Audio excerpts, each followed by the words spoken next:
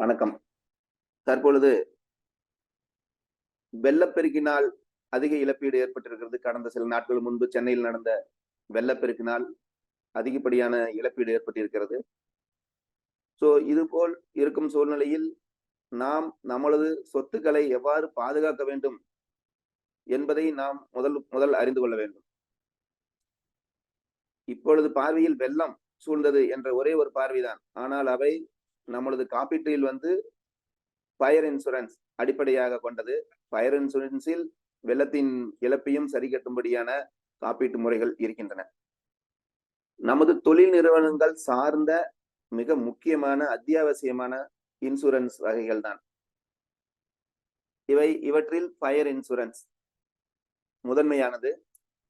அடுத்ததாக industrial all risk insurance, அடுத்ததாக engineering insurance, liability insurance, marine cargo insurance மற்றும் trade credit policy. Fire insurance எப்படி நம்ம fire insurance எடுத்திருக்கோம். நாம ஃபயர் இன்சூரன்ஸ் என்ன நமக்கு பண்ணும்? அசம்பாவிதம், எதிர்பார்க்க முடியாத ஒரு சூழ்நிலை நம் நிறுவனத்திற்கு வருகிறது. அப்படிப்பட்ட ஒரு சூழ்நிலையில் நம்மளுடைய பினான்சியல் கிரைசிஸ் பாதுகாக்கப்பட நம்முடைய இழப்பை காம்பன்சேட் பண்ணும். இழப்பை காம்பன்சேட் பண்றதுக்காக எடுக்கிறது. இன்சூரன்ஸ் எடுக்கிறது நோக்கமே நமக்கு எதிர்பார்க்காம ஏற்படும் பொழுது இழப்பை காம்பன்சேட் பண்றதுக்காகத்தான் எடுக்கிறோம். இந்த ஃபயர் இன்சூரன்ஸோட அடிப்படையே அதுதானுங்க. அந்த சூழ்நிலையில இந்த ஃபயர் இன்சூரன்ஸ் காம்ப்ரஹென்சிவ் கவரேஜ் கொடுத்துட்டு நம்மளோட இழப்பை சரி செய்யறதுக்காக எடுத்திருக்குது. இந்த ஃபயர் இன்சூரன்ஸ்ல ஒரு 3 வகையான தனிப்பட்ட ஃபயர் இன்சூரன்ஸ் பாலிசி இருக்கு.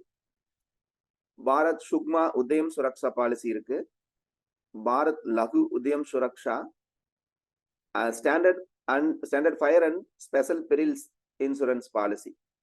இந்த பாரத் சுக்மா உதயம் சுரக்ஷா பாலிசி எப்படி அப்படின்னா, நம்மளோட அசெட் வேல்யூ ஒரு 5 கோடி ரூபாய்க்கு உள்ள இருக்கு. அந்த மாதிரியான சூழ்நிலையில பாரத் சுக்மா அப்படிங்கிற பாலிசி நம்ம எடுத்துக்கிறோம். 5 கோடிக்கு மேல 50 கோடிக்கு உள்ள இருக்கு பாத்தீங்களா, அந்த பாலிசிக்கு இப்ப கடந்த 3 ஆண்டுகளுக்கு முன்பாக இது மாற்றப்பட்டது. அது பாரத் லகு உதயம் சுரக்ஷான்ட்டு இந்த பாலிசி கொடுத்திருக்காங்க. இந்த பாலிசியில 1 இயர் பாலிசி, டேர்ம் 1 இயர் பாலிசியா இருக்கும். எக்ஸஸ் ஒரு கிளைம்னு போனோம்னா குறைஞ்சபட்சம் 5000 ரூபாய் எக்ஸஸ் பண்ணுவாங்க. அந்த 5 கோடிக்கு உள்ள இருக்கிறது குறைஞ்சபட்சம் 5000 ரூபாய்னு எக்ஸஸ் பிடிச்சுக்கிட்டு மீதி இழப்பு என்னவோ அது தருவாங்க. உதயம் சுக்மால 5% அல்லது மினிமம் 10,000 அப்படின்ட்டு ஒரு கால்குலேஷன் வச்சிருக்காங்க. இதுல டெரரிஸ்டுக்கு எக்ஸஸ் பிடிக்க மாட்டாங்க. இதுல standard add and cover declaration class stocks எல்லாம் டிக்ளரேஷன் பண்ணிக்குவாங்க. இந்த 2வது லகு உதயம் சுரக்ஷாவில் நீங்க வேரியஸ் லொகேஷன்ல நம்மளோட இண்டஸ்ட்ரி இருந்தாலும் ஃப்ளோட்டர் கவர் எடுத்து பண்ண முடியும். இங்கேயும் டிக்ளரேஷன் கிளாஸ்ல ஸ்டாக்ஸ் இது பண்ணுவாங்க. இன்பில்ட் கவர்ஸ்ன்னு சொன்னா தீயினால் ஏற்படுற அல்லது எலக்ட்ரிக்கல் ஃபயர்னால் ஏற்படுற அல்லது மின்னல்னால் ஏற்படுற நெருப்பு, இதன் மூலமா ஏற்படுற சேதங்கள்,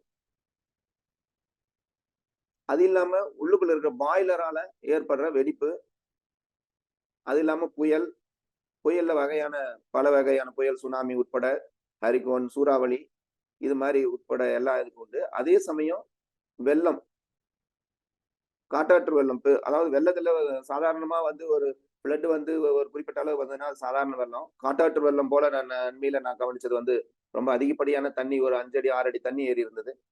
இந்த மாதிரியான அசம்பாவிதம் நடக்கும் பொழுது இந்த பாலிசியில இன்பில்ட்டாவே இந்த கவர் இருக்கு, அடிப்படை பாலிசியிலேயே. அதே மாதிரி தண்ணி வெள்ளம் ஓடுது, உங்களோட ஓடைக்கு பக்கத்துல உங்களோட ஃபேக்டரி இருக்கு. அந்த ஃபேக்டரியில மண் சரிவு ஏற்பட்டு இருக்குது, அந்த ஓடையோட சேர்ந்து சரிஞ்சிட்டு போயிடுச்சு. அல்லது ஒரு பாறைக்கு அருகே ஒரு மலைக்கு பக்கத்துல நிறுவனம் இருக்குது, அந்த மழைக்காலங்கள்ல நிலச்சரிவு ஏற்பட்டு மண் பாறை எல்லாம் சேர்ந்து இருக்குது. அந்த மாதிரியான சூழ்நிலையும் இந்த பாலிசியில கவரேஜ் கண்டிப்பா இருக்குது. அது இல்லாம இந்த இம்பாக்ட் டேமேஜ் இருக்கு இல்லைங்களா, எப்படி வெளியிலிருந்து எக்ஸ்டர்னல் டேமேஜ் எது வந்தாலும் கவர் ஆகும். ஆனால் நம்மளோட சொந்த வாகனம், அது இன்சூர்டோட வாகனம், அவங்களோட விலங்கினம் அல்லது எம்ப்ளாயியோட வாகனம், விலங்கினம், அவர் வச்சிருக்கிற ஏர்கிராஃப்ட், இந்த மாதிரியான விஷயம். அதாவது நம்மளோட கார் வருது, நம்மளோட கார் மூலமா நம்ம கம்பெனியோட கேட் டேமேஜ் ஆயிடுச்சு அப்படின்னா அந்த இடத்துல கிளைமுக்கு எலிஜிபிள் வராதுங்க. 3ஆம் நபரோட கார் வந்து கேட்ல இடிச்சு கேட் டேமேஜ் ஆயிருந்தா எலிஜிபிள் வரும். அந்த மாதிரியான கவர் இருக்கு. மிசைல் டெஸ்டிங் பண்ணும் பொழுது அது நம்மளோட இண்டஸ்ட்ரி மேல எங்கேயாவது விழுந்திருந்தாலும் அந்த காமன் பேசிக் கவர்லயே வருது. அது இல்லாம இந்த ஸ்ட்ரைக்கு, அதாவது கலவரம், பயங்கரமான கலவரம் நடக்குது, பெரிய ஃபேக்டரி எல்லாம் மெயின் ரோட்ல இருக்கிற ஃபேக்டரிஸ் கண்ணாடி எல்லாம் உடைச்ச சம்பவம் எல்லாம் இருக்கு. அந்த மாதிரியான சூழ்நிலையா இருந்தாலும் நமக்கு கவரேஜ் உண்டுங்க அடிப்படை பாலிசியிலேயே. அதே போல நம்மளோட சேஃப்டிக்காக நம்ம பைப் லைன்ஸ் எல்லாம் வச்சிருந்திருப்போம். அந்த பைப் லைன் வந்து பிளாஸ்ட் ஆயிருக்கும், அல்லது வாட்டர் டேங்க் டேமேஜ் ஆயிட்டு டோட்டலா வந்து உள்ள மெட்டீரியல்ஸ் மேலாம் தண்ணி ஸ்ப்ளிட் ஆகி அங்க ரஸ்ட் ஃபார்ம் ஆகிறதுக்கான வாய்ப்புகள்லாம் இருக்கு. ஸோ அந்த மாதிரி இருக்கும் பொழுதும் அதே மாதிரி ஆட்டோமேட்டிக் ஸ்ப்ரிங்க்லர் போட்டு வச்சிருப்போம் ஃபயர் சேஃப்டிக்காக. ஸோ அந்த மாதிரியான சூழ்நிலையிலையும் நம்மளோட காப்பீடு அந்த இடத்துல பயன்பெறுங்க. அடுத்ததான் இதுல வந்து ஒரு நிமிஷம் சார், அதுலயே இந்த அதாவது காஸ்ட் ஆஃப் ரிமூவல், அதாவது பில்டிங் இடிஞ்சிடுச்சு ஒரு சூழ்நிலையில, மேல இருந்து மழை விழுந்து அல்லது பில்டிங் இடிஞ்சிடுச்சு அல்லது மழை வெள்ளத்தால அரிச்சிட்டு போயிட்டு பில்டிங் விழுந்திருக்குது அப்படின்னா அதை வந்து டிப்ரீஸ் ரிமூவல் பண்றதுக்கும் அந்த பாலிசிலேயே நமக்கு இடம் உண்டுங்க. அதே சமயம் நிலநடுக்கத்தால் ஏற்பட்டு பில்டிங் கிராக் ஆயிடுச்சு, மேல் அட்டையெல்லாம் விழுந்துடுச்சு, அப்படி எந்த மழை பெய்யல நிலநடுக்கம் மட்டும் வந்திருக்குது அப்படிங்கிற ஒரு சூழ்நிலையிலையும் நம்மளோட கவரேஜ் அடிப்படை கவரேஜ்லயே இருக்கு. அது போல நம்ம ஃபேக்டரி ஒட்டி ஒரு காடு புதர் இருக்கு, அந்த புதர்ல வந்துட்டு நெருப்பற்றி அப்படியே அணைக்க முடியாம தொடர்ந்து இண்டஸ்ட்ரி எல்லாம் வந்து அட்டாக் பண்ணிருக்குது, அந்த மாதிரி எல்லாம் வந்து சூழ்நிலை ஆயிருக்குது. அந்த மாதிரியான புஷ்பயர் இருந்தாலும் உங்களுக்கு கவரேஜ் கிடைக்கும். ஸோ இது வந்து 50 கோடிக்குள்ள 5 கோடி வரலும் ஒரு டைப் ஆஃப் பாலிசி, 5 கோடியில இருந்து 50 கோடி வரலும் டைப் ஆஃப் பாலிசி. அடுத்தது இண்டஸ்ட்ரியில வந்து பழைய முன்ன இருந்த மாடல்ங்க. இது வந்து standard fire and special perils insurance policy வந்து ப்ரீவியஸ் டேஸ்ல இருந்த பாலிசி மாடல். இது வந்து மோர் தேன் 50 crores. இப்ப அந்த இதுல வந்து டெரரிசம்லாம் இன்பில்ட்டா வந்திருக்கும் 50 கோடிக்குள்ள இருக்கிறது. இங்க வந்து அது வந்து ஆட் ஆனா வரும். ஏர்த்வாக் வந்து அங்க இன்பில்ட்டா இருக்கும், இங்க ஆட் ஆனா இருக்கும். ஸோ நம்ம இந்த இடத்துல அடிப்படையில வந்து ஏற்கனவே சொன்னது போல ஃபயர், லைட்னிங், எக்ஸ்ப்ளோஷன், ஏர்கிராஃப்ட் டேமேஜ்ல இருந்து, நேச்சுரல் கலாமிட்டில இருந்து, ரைட் அண்ட் ஸ்ட்ரைக்ல இருந்து, லேண்ட்ஸ்லைட், இது எல்லாமே அடிப்படை கவர்ல வந்துருங்க. இந்த ஆட் ஆன் கவர்ஸ் வந்து நம்ம எதுக்கு எடுக்கிறோம் அப்படின்னா, நம்மளோட தேவையை, எனக்கு டெரரிசமே இல்லாத பகுதி அப்படின்னா நாங்க டெரரிசம் பாலிசி எடுக்க வேண்டியது இல்லை. ஏன்னா அதுக்கான பிரீமியம் தனியா கோட் பண்றாங்க. இது எல்லாமே ஆட் ஆன் கவர் எல்லாமே தனித்தனி பெர்சன்டேஜ் போட்டு தான் கோட் பண்ணுவாங்க. ஏர்க்வாக் அப்படின்னா ஏர்க்வாக் வந்து சென்னைக்கு ஒரு ரேட்டிங் இருக்கும். நார்த் இந்தியாவில் வந்து நான் இப்போ ரீசெண்டா ப்ராஜெக்ட் பண்ண கன்ஸ்ட்ரக்ஷன் ப்ராஜெக்ட் அங்கெல்லாம் வந்து ஏர்க்வாக் வந்ததுனால அந்த ப்ராஜெக்ட் அதிகமா பிரீமியம் அதிகமா கலெக்ட் பண்ணிட்டாங்க. ஸோ இதெல்லாம் வந்து நம்ம பார்த்து ஒவ்வொரு இதுக்கும் நம்மளோட தேவையை அறிஞ்சு போட்டுக்கணும். இது நம்மளோட அதே மாதிரி ரிக் ரிமூவல், நம்ம வந்து நம்மளோட வேஸ்டேஜ் இது கிளைம் ஆகும் பொழுது அந்த வேஸ்டேஜ் ரிமூவலுக்கான ஆட் ஆன் கவர் பண்ணுது. அதே மாதிரி லாஸ் ஆஃப் ரெண்ட். இப்ப இந்த இடத்துல வந்து லாஸ் ஆஃப் ரெண்ட் அப்படின்னா நம்ம ஒரு இடத்துல வந்து வாடகைக்கு இருக்கிறோம், அந்த இடத்துல வந்து ஒரு நிகழ்வு நடந்ததுனால நம்ம இடத்துல வேற இடத்துல நம்ம போறோம், அந்த நேரத்துல தான் நம்ம கம்பெனி ரன் பண்ணிட்டு இருக்கோம், டெம்பரவரி அது ரீகன்ஸ்ட்ரக்ட் ஆர் வரணும். ஸோ அந்த சமயம் வந்து ஏற்கிற இழப்பை வந்து ரெண்டல் வந்து நம்ம இதை பண்ணிக்கலாம், காம்பன்சேட் பண்ணிக்கலாம். அகாமடேஷன் அதே மாதிரி தான், alternate accommodation plus loss of rent. நம்ம வாடகைக்கு இருக்கிற இடத்துக்கும் ரெண்ட் பே பண்ணிக்கலாம். அதே மாதிரி நம்ம போய் புதுசா ஒரு இடத்துல இது ரெனோவேட் ஆகிறவங்க இருக்கிற இடத்துக்கும் நம்ம வந்து வாடகையை நம்ம சரி பண்ணிக்கலாம். அது இல்லாம நம்ம ஸ்டாக் எல்லாம் மெயின்டைன் பண்ற போது அந்த டெம்பரேச்சர்னால ஸ்டாக் வந்து கெட்டு போறதுக்கான வாய்ப்பு இருக்கு. டேமேஜ் ஆன ஸ்டாக் வந்து அந்த டெம்பரேச்சர் மாறுதலுக்காக நம்ம டேமேஜ் ஆயிருக்கும், அந்த கவர் வந்து ஆட் ஆன் கவர்ல எடுத்துக்கலாம். அப்புறம் இன்னொரு விஷயம் வந்து முன்ன எடுத்திருப்பாங்க, பவுண்டரி எல்லாம் எடுத்திருப்பாங்க, இந்த பொருள்லாம் வெளிநாட்டுல இருந்து கப்பல் உடச்சு கொண்டு வந்திருப்பாங்க, அதுல வந்து கண்டாமினேஷன் எல்லாம் இருந்திருக்கு. ஏற்கனவே வந்து கோயம்புத்தூர் கஸ்டமருக்கு அந்த மாதிரி அனுபவம் இருக்கு. ஸோ அந்த கண்டாமினேஷன் எல்லாம் இருந்ததுன்னா உங்களுக்கு இந்த ஸ்பெஷல் கவர் எடுக்கும் பொழுது உங்களுக்கு அந்த ஆட் ஆன் கவர்ல கண்டாமினேஷன் கவர் வந்துடும். அது இல்லாம இப்ப இந்த இதுல வந்து நம்ம மென்ஷன் பண்ணும்போது ரேட்டிங்ல மென்ஷன் பண்ணும் பொழுது ரீஇன்ஸ்டேட் வேல்யூன்னு சொல்லுவாங்க. அதாவது மெஷினரி, பில்டிங் இதெல்லாம் வந்து மார்க்கெட் பிரைஸ் நம்ம வந்து கொடுக்காம reinstate value, say for example இன்னைக்கு ஒரு இண்டஸ்ட்ரி 100 crores வருது அப்படின்னா அந்த மணி இன்ஃப்ளேஷனோட சேர்த்து ஒரு 10% இன்க்ரீஸ் பண்ணி 110 crores வந்து நம்ம வந்து அப்ளிகல் பண்ணா ரொம்ப அட்வைசபிளா இருக்கும்.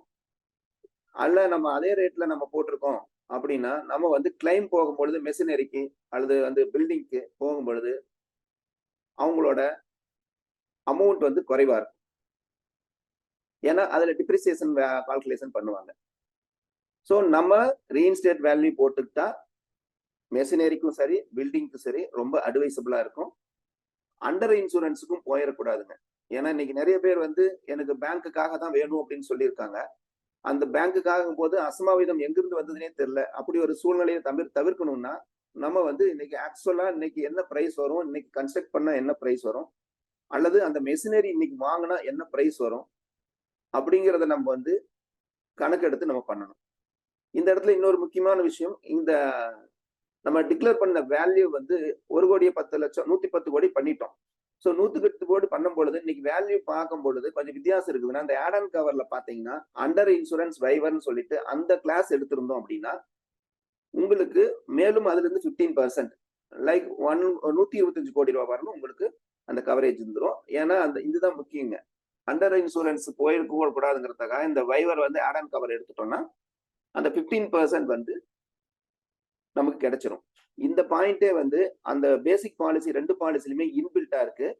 அந்த 15% வந்து நாங்க நோட் பண்ணா முட்டாலும் அந்த இடத்துல 50 கோடிக்கு உள்ள இருக்கிற 2 பாலிசியிலுமே இன்பில்ட்டா வருது. Sir next. சார் இந்த இடத்துல வந்து இந்த 3 டைப் ஆஃப் பாலிசி பார்த்துட்டோம். அதுக்கு தனித்தனி ஆட் ஆன் கவரேஜ் எல்லாம் எடுத்திருந்தோம்.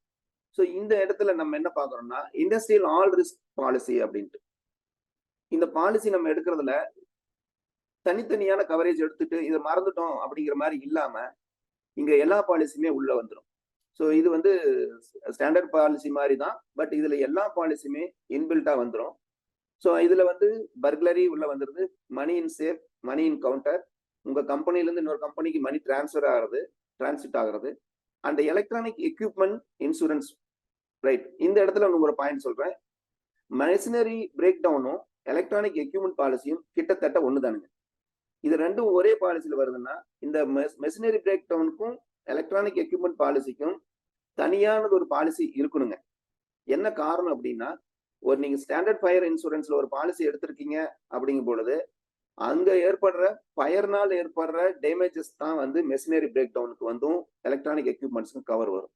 ஸோ டெக்னிக்கலா வந்து ஷார்ட் சர்க்யூட் ஆயிட்டோ அல்லது இன்டர்னலா மெஷினரியில வந்து கம்ப்ளைண்ட் ஆயிட்டு பிரேக் டவுன் ஆச்சுனாலோ machinery break down policy add on கவர்ல எடுத்திருந்தாங்கன்னா மட்டும்தான் கவரேஜ் வரும். அது இல்லாம இந்த மெஷினரி பிரேக் டவுனும் எலக்ட்ரானிக் எக்யூப்மெண்ட்ஸும் ரெண்டையும் நீ வந்து ஒரு மெஷின்ல 75% மேல மெக்கானிசம் இருந்ததுனால் 75% மெக்கானிசம் இருந்தா அது மெஷினரி பிரேக் டவுன்ல போகும். எலக்ட்ரானிக் எக்யூப்மெண்ட் வந்து மோர் தென் 75% இருந்தா அது எலக்ட்ரானிக் எக்யூப்மெண்ட்ல போகும். ஏன்னா ஸ்பிளிட் அப் பண்ணி பாலிசி போடும் பொழுது அந்த மாதிரியான ஆட் ஆன் பாலிசி தனித்தனி பாலிசியா இருக்குங்க. இதுல வந்து காமனா உங்களுக்கு எல்லா பாலிசியுமே இன்பில்ட்டா கொடுத்துட்றாங்க. இதுல எக்ஸஸ் ரேட், அப்புறம் பாய்லர் இன்சூரன்ஸ். பாய்லருக்கு வந்து எக்ஸ்ப்ளோஷன் இம்ப்ளோஷன் ரெண்டுமே இருக்கு. அது லோட் தாங்காம வெடிச்சு ஆயிட்டு வெளியில போய் டேமேஜ் ஆகி தேர்ட் பார்ட்டி டேமேஜ் ஆனாலும் லைபிலிட்டி உண்டு. ஸோ எக்ஸ்டர்னல் டேமேஜ், இன்டர்னல் ரெண்டுக்குமே நமக்கு கவரேஜ் உண்டு. ஸோ இந்த இடத்துல இந்த கம்பெனியில வந்து ஐஏஆர் பாலிசியில வந்து எக்ஸஸ்ன்னு ஒன்று கொடுப்பாங்க. ஒவ்வொரு கிளைமுக்கும் வந்து ஒரு எக்ஸஸ் லிமிட் வச்சிருப்பாங்க. இந்த எக்ஸஸ் லிமிட் வந்து ஒரு தனி பாலிசியோட இந்த ஐஏஆர் பாலிசி எடுக்கும்போது உங்களுக்கு அதிகப்படியான தொகையா இருக்கும். கிட்டத்தட்ட 5 லட்சம் ரூபாயாட்டா இருக்கும். ஸோ இந்த பாலிசியில இவ்வளவு வித்தியாசம் தான் ஒழிய உங்களுக்கு தனியா ஒவ்வொரு கவர் தான், இது பர்டிகுலர் கவர் தான் வேணும்னா ஸ்டாண்டர்ட் ஃபயர்ல போயிடலாம். அல்லது இண்டஸ்ட்ரியல் ஆல் ரிஸ்க் நம்மளோட கம்பெனியோட ரேஞ்ச் வந்து 300 crores 400 crores அந்த ரேஞ்சில் இருக்கும் பொழுது, இன்சூர்டு வேல்யூ இருக்கும் பொழுது நம்ம ஐஏஆர் பாலிசி நம்ம போய்க்கிறது அட்வைசபிளா இருக்கு. சரி, இப்ப நான் சொன்ன மாதிரி தான் இப்ப வந்துட்டு machinery break down. Machinery break down வந்து physical damage, electrical and mechanical break down, அசம்பாவிதமா திடீர்னு ஏற்படுற ஒரு இது. இதுல வந்து அந்த ஃபேக்டரியில வந்து தண்ணி பூதுல அல்லது ஃபயர் ஆகல, அப்படி ஒரு சூழ்நிலையில மெக்கானிசம் போயிடுச்சு அப்படின்னா உங்களுக்கு இந்த பாலிசி அடிப்படையை வச்சு அதை கிளீனிங் பண்ணி இன்ஸ்பெக்ட் பண்ணி அந்த ஓவர் ஆயிலிங் பண்ணி அந்த பழைய பொசிஷனுக்கே நம்ம கொடுக்கற வரணும். ஒரு சூழ்நிலையில அந்த மிஷின் வந்து நம்ம மாத்தித்தான் ஆகணும் அப்படிங்கிற கட்டாயம் வருது அப்படின்னா அதுக்கான டீம் இருப்பாங்க, அந்த சப்ளையர் இருப்பாங்க. சப்ளையர் வந்து டிக்ளேர் பண்ணியிருப்பாரு, சார் இந்த மிஷின் வந்து நமக்கு ஒர்க் பண்ணாது அப்படின்ட்டு. அந்த ஒர்க் பண்ணாதுன்னு சொல்லிட்டுனா அடுத்த லெவல்ல இருக்கிற தேர்ட் பார்ட்டி இருக்காங்க. ஸோ அந்த தேர்ட் பார்ட்டி மூலமா அந்த மெஷினோட கண்டிஷன்ஸ் வந்து சர்டிஃபை பண்ணிட்டாங்கன்னா அந்த இன்சூரன்ஸ் கம்பெனி அக்செப்ட் பண்ணுங்க. ஸோ அந்த கம்பெனியோட நம்ம யார் சப்ளையரோ அவரே எல்லாமே தேர்ட் பார்ட்டி மூலமா அந்த மெஷின் வந்து ப்ரொடெக்ஷன் இருக்காது, அல்லது அப்படியே ப்ரொடெக்ஷன் வந்தாலும் அக்யூரன்சி இருக்காது அப்படிங்கிற ஒரு சூழ்நிலை வந்தால் உங்களுக்கு அந்த சர்டிபிகேட் பண்ணும் பொழுது அந்த இன்சூரன்ஸ் கம்பெனி அக்செப்ட் பண்ணுங்க. ஸோ இந்த எலக்ட்ரானிக் பாலிசிலையும் அதே மாதிரி ஹை வோல்டேஜ்ல நிறைய சிஸ்டம் ஹாஸ்பிட்டல்ல நிறைய சர்வீஸ் பண்ணிட்டு இருக்கோம். ஹை வோல்டேஜ்ல அந்த சிஸ்டம் வந்து கொலாப்ஸ் ஆயிரும், இசிஜி பாடுறது, எக்கோ மெஷின்ஸ் எல்லாமே. ஸோ அந்த மாதிரியான சமயத்துல வந்து நமக்கு அந்த எலக்ட்ரானிக் எக்யூப்மெண்ட் பாலிசி மட்டும்தான் வந்து சப்போர்ட் பண்ணுங்க. அதே மாதிரி உங்களோட எக்ஸ்டர்னல் டேட்டா, அதோட காஸ்ட், இது எல்லாமே அதுல வந்து கவர் ஆயிக்கணும். ஏன்னா நம்ம வந்து அதுக்கு ஒரு சாஃப்ட்வேர் போட்டிருக்கோம்னா அந்த சாஃப்ட்வேரோட காஸ்ட்டுமே அதுல வந்து நமக்கு இன்க்ளூட் ஆகித்தான் வரும். இந்த என்ஜினியரிங் பாலிசி, இந்த என்ஜினியரிங்ல வந்துட்டு நீங்க ஒரு புது மெஷின் இம்போர்ட் பண்றீங்க. ஸோ அது மரைன் பாலிசி அந்த நம்மளோட அந்த கம்பெனியை வந்து நம்ம பிரிமிசஸ் வரலாம் அனுப்பிச்சிருவாங்க. ஸோ அந்த பாலிசி மூலமா பிரிமிசஸ் வந்து அடைஞ்சதுக்கு நம்ம எரெக்ஷன் ஆல் ரிஸ்க் பாலிசி, அந்த எரெக்ஷன் ஆல் ரிஸ்க் பாலிசி எப்படி போடும் அப்படின்னா, நம்ம மெஷின் வந்து எடுத்து இன்ஸ்டால் பண்ணி அதை கமிஷனிங் பண்ணி நம்ம டெஸ்டிங் வந்து ஒரு பீரியட் வச்சிருப்போம். ஒரு சில நிறுவனங்கள் ஒரு 15 நாள் டெஸ்டிங் மட்டும் ஓடுவாங்க. சில நிறுவனங்கள்ல ஒரு 3 months நம்ம அக்ரிமெண்ட்லயே இருந்திருக்கும், நான் 3 months டெஸ்டிங்ல இருக்கேன்ட்டு. அப்ப நம்ம வந்து எரெக்ஷன் பண்ற டேட்ல இருந்து எரெக்ஷனுக்கு எனக்கு இத்தனை நாள் வேணும், இத்தனை 20 நாள் வேணும், ரிமைனிங் டேஸ் வந்து எனக்கு வந்து டெஸ்டிங்க்கு வேணும்னு சொல்லிட்டு நம்ம வந்து பாலிசி எடுக்கும் பொழுதே நம்ம டிக்ளேர் பண்ணிடணும். ஸோ அந்த டிக்ளரேஷன் கொடுத்தீங்கன்னா அதை பேஸ் பண்ணிட்டு அந்த கம்பெனி வந்து இன்சூரன்ஸ் கம்பெனி நமக்கு ப்ரொவைட் பண்ணுங்க. இதுல வந்து தேர்ட் பார்ட்டி இன்ஜுரி, அந்த மெஷினுக்கான ஏதாவது ஃபயர்லயோ இந்த மாதிரி திடீர்னு வெள்ளப்பெருக்கால ஏற்படுற அழிவுகளையோ அதுல இருந்து நம்மளோட பினான்சியலா நம்ம வந்து ப்ரொடெக்ட் பண்ணிக்கலாம். வண்டி இன்ஸ்டால் பண்ணும்போது சில சமயம் வந்து இன்ஸ்டால் பண்ணும்போது அதோட மெஷின் கரெக்டா ஃபிட் ஆகாம டேமேஜஸ் ஆகி பிளாக்லாம் வந்து டேமேஜ் ஆனதெல்லாம் இருக்குது. அந்த மாதிரியான சூழ்நிலையிலையும் அதை நம்ம பண்ணிக்க முடியும். கொண்டாந்து வச்சிருந்து வெள்ளை தண்ணி பூந்ததும் இருக்குதுங்க. அந்த வெள்ளை தண்ணி பூந்துருச்சு அப்படின்ட்டு நம்ம பாலிசி எடுத்திருக்கும் போது இன்ஸ்பெக்ட் பண்ணிட்டாங்கன்னா, ஸோ அந்த மாதிரி சூழ்நிலை ரீப்ளேஸ்மெண்ட் வரலாம் ஃபுல்லாவே வாங்கி கொடுத்துருக்கு. ஸோ இந்த இடத்துல நம்ம ஃபேக்டரியில வந்து அடுத்தது சிபிஎம் பாலிசி. நம்ம ஃபேக்டரியில வந்துட்டு மெஷின், அதாவது நான் ரெஜிஸ்டர்ட் வெஹிக்கிள் லைக் இந்த லிஃப்ட் மெஷினு அல்லது கிரேன் மாதிரி வச்சிருக்கிற செயின் பிளாக்ல இருக்கிற கிரேன் மாதிரி இருக்கிற மெஷின்லாம் வந்து கான்ட்ராக்டர் பிளான்ட் அண்ட் மெஷினரிங்கிற கான்செப்ட்ல வருங்க. இது வந்து நான் ரெஜிஸ்டர்ட் வெஹிக்கிள். அந்த வெஹிக்கிளுக்கு வந்து நம்ம பிரிமிசஸ்குள்ளேயோ பிரிமிசஸ்க்கு வெளியிலயோ போகும் பொழுது அந்த மெஷினுக்கான ஃபயர் இன்சூரன்ஸ்ல இருந்து தெஃப்ட்ல இருந்து எல்லாமே கவரேஜ் வந்துடும். பப்ளிக் லைபிலிட்டி சார், இந்த பப்ளிக் லைபிலிட்டி பாலிசி இதே மாதிரி தான்.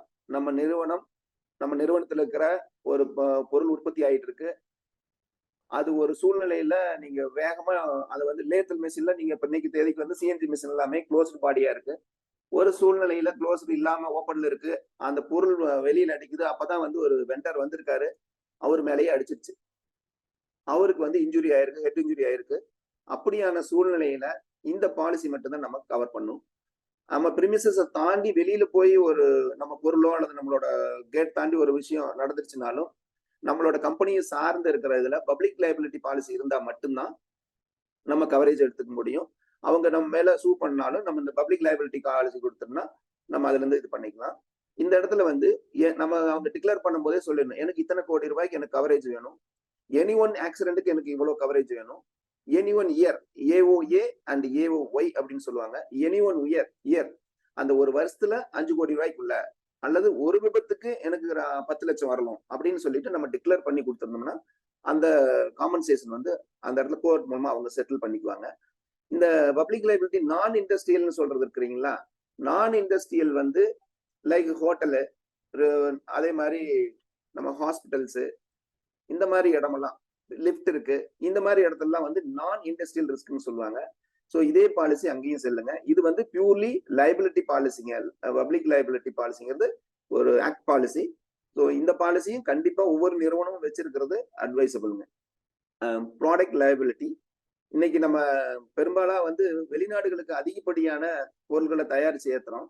ஒண்ணு டிசைன் அவங்க கம்பெனியே கொடுத்துருவாங்க, அல்லது நம்மளோட டிசைன் வச்சிருப்போம், நம்ம டிசைன் பண்ணி கொடுத்து அந்த பொருளை எக்ஸ்போர்ட் பண்ணுவோம். அதே மாதிரி இன்னைக்கு வந்து ஃபவுண்டரிலயும் அதே மாதிரி நிறைய பொருட்கள் வந்து வால்ஸ் இதுல இருந்து எல்லாமே பேனல்ஸ் எல்லாமே பண்ணி கொடுத்துட்டு இருக்காங்க. இந்த இடத்துல என்ன அப்படின்னா நம்ம அக்ரிமெண்ட் கம்பெனியோட அக்ரிமெண்ட் ஏற்கனவே இருக்கும். அப்படி இருந்த போதிலும் நம்மளோட பொருள் நம்மளை தாண்டி நம்ம இடத்துல இருந்து வெளியில பெர்மிஷன்ஸ் கொடுக்கோம், வித்துட்டோம். அந்த பொருள் அவங்க மூலமா அங்க ஒரு இடத்துல அந்த பொருள் அட்டாச் பண்றது மூலமா அதனால ஒரு அசம்பாவிதம் நடந்தது. அல்லது அந்த பொருளால இன்னொரு பொருள் டேமேஜ் ஆயிருக்குது. அதனாலதான் சொல்லிட்டு ஐடென்டிஃபை பண்ணோம்னா அந்த பொருளுக்கான பொறுப்பு நம்ம எடுத்துக்க வேண்டியதா இருக்கும். ஸோ அது இல்லாம அந்த பொருள்ல டிஃபெக்ட் இருக்கு அப்படின்னு சொன்னாலும் நம்ம டிசைன் டிஃபெக்ட் இருக்குன்னு சொல்லணும். டிசைன் டிஃபெக்ட் இருக்குதுனாலும் அதுலயும் நம்ம தான் பொறுப்பு எடுத்துக்கணும். அதுலயும் கண்டாமினேஷன் இருக்கு அப்படின்னாலும் நம்ம பொறுப்பு எடுத்துக்கணும். இந்த மாதிரி சூழ்நிலையில இந்த கவரேஜ் எப்படி நம்ம ஹெல்ப் பண்ணுனா, இன்ஜுரிஸ், ஆக்சிடென்டல் டேமேஜஸ் எல்லாம் இருக்கும் பொழுது அந்த பாலிசியில நம்ம வந்து ப்ராடக்ட் லைபிலிட்டி மூலமா நம்ம கவர் எடுத்துக்க முடியும். அதே மாதிரி பொருள்ல டிஃபெக்ட் இருக்கு, மேனுஃபேக்சரிங் டிஃபெக்ட் இருக்கு, அல்லது வந்து பேக்கேஜ் பண்ணும்போது சரியா பண்ணாம அதுல டேமேஜ் ஆகி இப்போ ஒரு கண்டெய்னர்ல போகுது அப்படின்னா நம்மளோட கூட்ஸே போறது இல்ல. சில சமயம் மற்ற கம்பெனியோட கூட்ஸ் எல்லாம் போகும். அப்ப நம்ம கம்பெனியோட கூட்ஸ்ல உரசி அங்க ரஸ்ட் ஃபார்ம் ஆகி நான் கிளைம் எல்லாம் வாங்கி கொடுத்துருக்கோம். ஸோ அந்த ரஸ்ட் ஃபார்ம் ஆன பிறப்பு நம்ம பையர் வந்து அங்க எடுத்துக்க மாட்டாரு அந்த பொருளை. ஸோ அந்த மாதிரி சூழ்நிலையில நம்ம இது பண்ணணும். டோட்டலா வந்து கடல்ல இருக்க கொந்தளிப்பால தண்ணியில நனைஞ்சு அது வந்துட்டு டேமேஜ் ஆயிரும். ஸோ இப்போ நேற்று வெள்ளத்துல நான் நனைஞ்சு பார்த்துருக்கேங்க. அது மாதிரி டேமேஜஸ் ஆயிருக்கும். அதை வந்து ப்ராடக்ட் வந்து ரீகால் பண்ற அளவுக்கு, அந்த ப்ராடக்டை ரீகால் பண்ற அளவுக்கு இந்த பாலிசியில நமக்கு சப்போர்ட் கிடைக்கும். இல்ல நான் யூஎஸ்ல இருக்கிற பொருளை வந்து அங்கேயே வந்து வேற டெக்னிக்கல் கொலாபரேஷன் எடுத்து அவங்க அங்கதான் நான் சரி பண்ணி கொடுக்குறேன்னு சொன்னாலும் அதுக்கான சப்போர்ட்டும் இந்த பாலிசியில இருக்குங்க. அந்த ப்ராடக்ட் வந்து நம்ம கிடைக்கல, நம்ம கொடுத்த மெஷர்மெண்ட் தவறு, ப்ராடக்ட் டேமேஜ் ஆகல, மெஷர்மெண்ட் தவறு அப்படின்னா அந்த காஸ்ட் ரீஒர்க் பண்றதுக்கான காஸ்டும் இதுல இந்த பாலிசியில இருக்கு. ரொம்ப ரொம்ப ரொம்ப முக்கியமான மேனுஃபேக்சரிங் அத்தனை பேர்த்துக்கும் ரொம்ப ரொம்ப முக்கியமான பாலிசி. ஏன்னா எக்ஸ்போர்ட்டர் அத்தனை பேருமே இன்னைக்கு வந்து பாலிசி வச்சுதான் சேஃபர் ஜோன்ல இருக்காங்க. இது வந்து டொமஸ்டிக்ல வந்து 1% ஆஃப் டிடக்ஷன் வருங்க. அதாவது மினிமம் 2.5 lakhs. எதுக்காக அப்படின்னாங்கன்னா அவங்களோட வால்யூம் பேஸ் பண்ணி தான் பண்றாங்க. ஸோ எனி ஒன் ஆக்சிடென்ட் வந்து 2.5 lakhs மினிமம் டிடெக்ட் பண்ணுவாங்க. எக்ஸ்போர்ட் பண்றதுல அதர் தென் டொமஸ்டிக் எக்ஸ்போர்ட் பண்றதெல்லாம் வந்துட்டு 1% அல்லது மினிமம் 10 lakhs வரலும் பண்ணிட்டு இருக்காங்க. ஏன்னா அங்க எக்ஸ்போர்ட்லாம் வந்து பர் சிங்கிள் டிரான்சிட் வந்து ஒரு 5 crore, 10 crore, 15 crore எல்லாம் போகும். ஸோ அதனால இந்த லிமிட் வச்சிருக்காங்க ஸ்லாப். இது ப்ராடக்ட் லைபிலிட்டி சார். இந்த லைபிலிட்டி எல்லாம் ஒன்னா கொண்டுட்டு வந்து கொடுக்குற பாலிசி தான் சார் காம்ப்ரஹென்சிவ் ஜெனரல் லைபிலிட்டி, சிஜிஎல்னு சொல்லுவாங்க ஷார்ட்டா. ஸோ இதுவும் சட்டப்பூர்வமா நம்ம பாதுகாத்துக்கிறதுக்கான பாலிசி தான். இதுல இன்பில்டாவே வந்து பர்சனல் டேமேஜஸ், அதே மாதிரி தேர்ட் பார்ட்டி பாடியில இன்ஜூர்டு, ப்ராடக்ட் லைபிலிட்டி, இது எல்லாமே கம்பைன் ஆயிட்டு ஒரே இடத்துல கொடுக்கறதா சிஜிஎல் பாலிசி.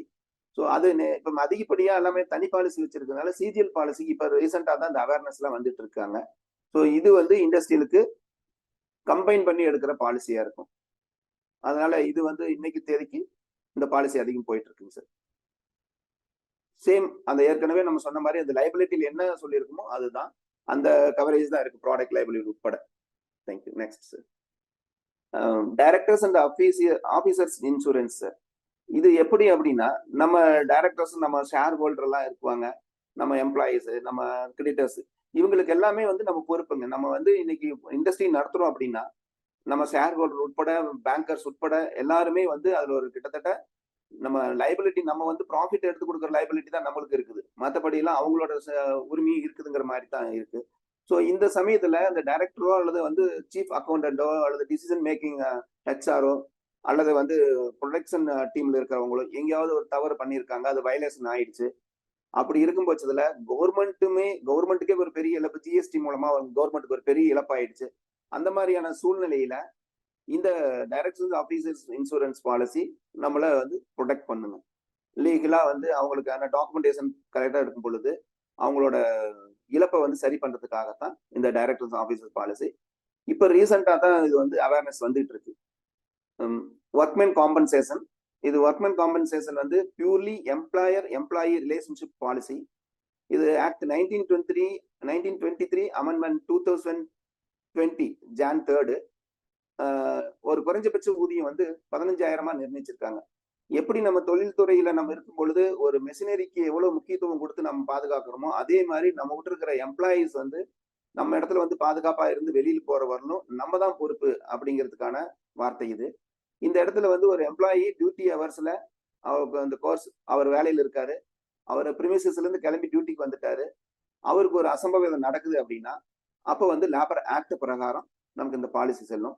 இந்த பாலிசி மூலமா எப்படி கவர் கிடைக்குதுன்னா, அவரு டியூட்டியில இருக்கணும், அல்லது டியூட்டியா நீங்க பெங்களூர் பர்ச்சேஸ் பண்ண அனுப்பிச்சிருந்திருக்கலாம். அப்படி ஒரு சூழ்நிலை விபத்து நடந்திருக்குது. அப்ப வந்து அவரோட விபத்துக்கு மருத்துவ செலவு வந்து பண்றோம்னா, மெடிக்கல் எக்ஸ்பென்சஸ் ஆக்சுவல்ஸ் அப்படிம்பாங்க. அந்த ஆக்சுவல்னா அதிகபட்சமா நாங்க 13,67,000 ஒரே சிங்கிள் ஆளுக்கு ஒரு கன்ஸ்ட்ரக்ஷன் கம்பெனிக்காக வாங்கி கொடுத்தோம். இது எதுக்காக அப்படின்னா, அவரோட மருத்துவ செலவு மட்டுமே அவ்வளவு ஆச்சு. ஆள காப்பாத்தியாச்சு. அப்ப அந்த மெடிக்கல் செலவெல்லாம் அந்த நிறுவனம் தான் செலவு பண்ணிருக்கு. அந்த நிறுவனம் செலவு பண்ணியிருக்கும் பொழுது, அத வந்து அந்த நிறுவனத்துக்கே ரீஇம்பர்ஸ் பண்ணி வாங்கி கொடுத்தாச்சு. அடுத்தது டெத்து. டெத் வந்து லேபர் ஆக்ட்ல கொடுக்குற மாதிரி ஒரு ஸ்லாப் இருக்குங்க. ஒரு ஃபார் எக்ஸாம்பிள் ஒரு 23 வயசுன்னா 219 அப்படின்னு ஒரு பேன் இந்தியாவுக்கு வந்து லேபர் ஆக்ட்ல ஒரு ஸ்லாப் இருக்கு. அந்த ஸ்லாப்ல அவனோட 50% சேலரி இன்டு 219 போட்டாங்கன்னா ஆல்மோஸ்ட் ஒரு 16 லேக்ஸ் மேல வரும். ஸோ இதுதான் வந்து பேன் இந்தியாவுக்கு ஒரே லா தான். ஸோ அந்த டெத்துக்கான காம்பன்சேஷன் வந்து அவங்க ஃபேமிலி மெம்பர்ஸுக்கு போயிடும், அவங்களோட லீகல் ஹையர்ஸ்க்கு. இதுல அவருக்கு வந்து டெம்பரவரி டோட்டல் டிசபிலிட்டி, அவர் டியூட்டிக்கு வர முடியல, ஒரு 4 மாசம் ரெஸ்ட்ல இருந்துதான் டியூட்டிக்கு வராருன்னா, இந்த மெடிக்கல் எக்ஸ்பென்சஸ் இல்லாம அந்த இழப்புக்கு வந்து அவரோட சேலரி இழப்புக்காக ஒரு காம்பன்சேஷன் தருவாங்க. ஸோ அந்த காம்பன்சேஷனும் கிடைக்கும். நிரந்தர ஊனம், 2 கை 2 கால் போயிடுச்சு அல்லது 2 கை போயிடுச்சு அப்படியான சொல்ல 100% டிசபிலிட்டியா கன்சிடர் பண்ணிட்டு அதுக்கான இழப்பு வருவாங்க. அப்படி ஒரு இழப்பு ஒரே நிறுவனத்துல சூரத்தை சேர்ந்த நிறுவனத்துக்கு ஒரே நிறுவனத்துல ஒரே சமயம் நடந்த ஒரு டெத்து 2 பர்மனன்ட் டிசபிலிட்டி 53 லட்ச ரூபாய் செட்டில்மெண்ட் என் மூலமா வாங்கி கொடுத்தாங்க. இது ஏன்னா அந்த நிறுவனம் பாதுகாப்பு 53 லட்சங்கிறது சின்ன தொகை அல்லங்க. முதலாளி பெரிய முதலாளி தான், ஆனா தொகை சின்னது கிடையாது. அந்த சூழ்நிலையில இந்த பாலிசி மட்டும்தான் வந்து அவரை சட்டப்பூர்வமா பாதுகாத்துச்சுங்க. ஸோ இந்த பாலிசி லேபர் பாலிசி ஒண்ணு அவங்கள வந்து மெடிக்கல் எக்ஸ்பென்சஸை மேனேஜ் பண்ணிடுது, அவங்கள டெத் காம்பன்சேஷன் கொடுத்துட்றாங்க, 100% நிறுவனத்தை சட்டப்பூர்வமா பாதுகாக்குது.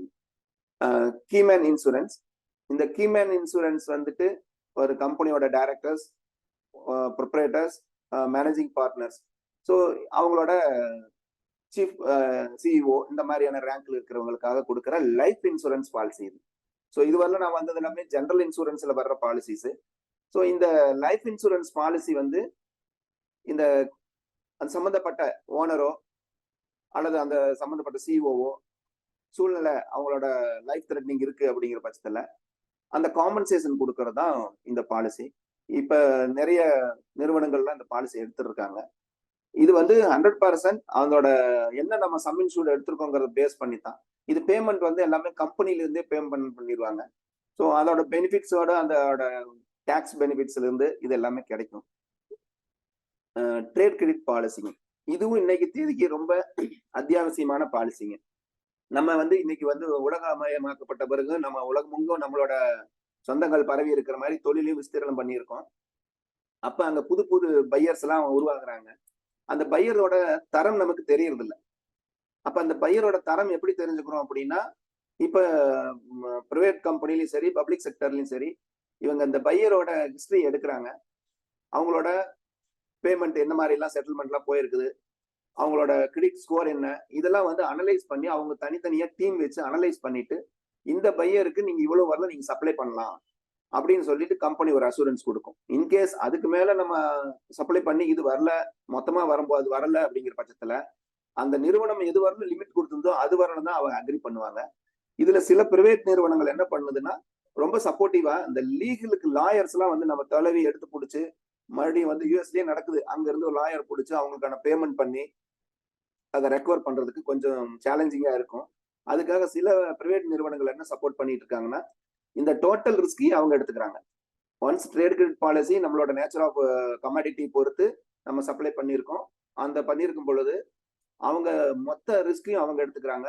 அதோட ஐடென்டிஃபை பண்ணிட்டு கஸ்டமர்கிட்ட இருந்து பணம் வர்றதுக்கு முன்னாடியே நமக்கு ஒரு 80% செட்டில்மெண்ட் கொடுத்துருவாங்க. அந்த பையர் வந்து நம்மளை சீட் பண்ணிட்டாரு, நம்ம ரைட் டைம்ல பேமெண்ட் பண்ணல, அவர் வந்து பினான்சியல ஸ்ட்ரகிள் இருக்காரு அப்படின்னு ஆயிடுச்சுன்னா இந்த பாலிசி 80% வரலும் நமக்கு ஃபர்ஸ்ட் கொடுத்துரும். மீதி 20% அவங்க அந்த பையர் மேல கேஸ் போட்டு அவரோட அசெட்டை பிளெஜ் பண்ணிட்டு அது லீகலா வந்து எடுத்துட்டு மீதி தருவாங்க. இந்த பாலிசி ஒவ்வொரு தொழிலிருந்து வெளியில நமக்கு அறிமுகம் இருந்தோ இல்லாமையோ இருக்கிறவங்கள தரம் தெரிஞ்சுக்கலாம். நம்ம கிட்ட ரெகுலரா பர்ச்சேஸ் பண்ணிட்டு இருப்பாங்க. ஆனா அவரோட பினான்சியல் பொட்டன்ஷியல் நமக்கு தெரியாது. இன்னைக்கு வந்து அந்த பினான்சியல் பொட்டன்ஷியல் ஐடென்டிஃபை பண்ணி நம்ம இந்த பையருக்கு வந்து நம்ம சப்ளை பண்ணலாம் வேண்டான்னு நம்ம டிக்ளேர் பண்ணிடுவாங்க. நம்ம ஃபர்ஸ்ட் பண்ண வேண்டியது டொமஸ்டிக் அண்ட் இன்டர்நேஷனலுக்கு வந்து அந்த பையரோட டேட்டாவை கொடுத்தோம்னா அவங்களே ஸ்க்ரூட்னி பண்ணி கொடுத்துருவாங்க. இப்ப நம்ம இந்த ஃபயர் பாலிசியில வந்து ஒரு ஃபயர் பாலிசி எடுக்கிறோம் அப்படின்னா அந்த பில்டிங்க்கு பார்க்கணும். பில்டிங் வந்து அந்த பில்டிங்கே அந்த filth and foundation, fall ceiling, including compound wall, electrical fittings, இந்த மாதிரியான வேர்டிங்ஸ் தெளிவா நம்ம மென்ஷன் பண்ணிடணும். ஏன்னா காம்பவுண்ட் வால் இருந்ததுன்னா பில்டிங் மட்டும் கொடுத்திருந்து காம்பவுண்ட் வால் இல்லைன்னா அது பில்டிங்கோட அட்டாச் இல்லைன்னு சொல்லிட்டு அது இதாயிரும்.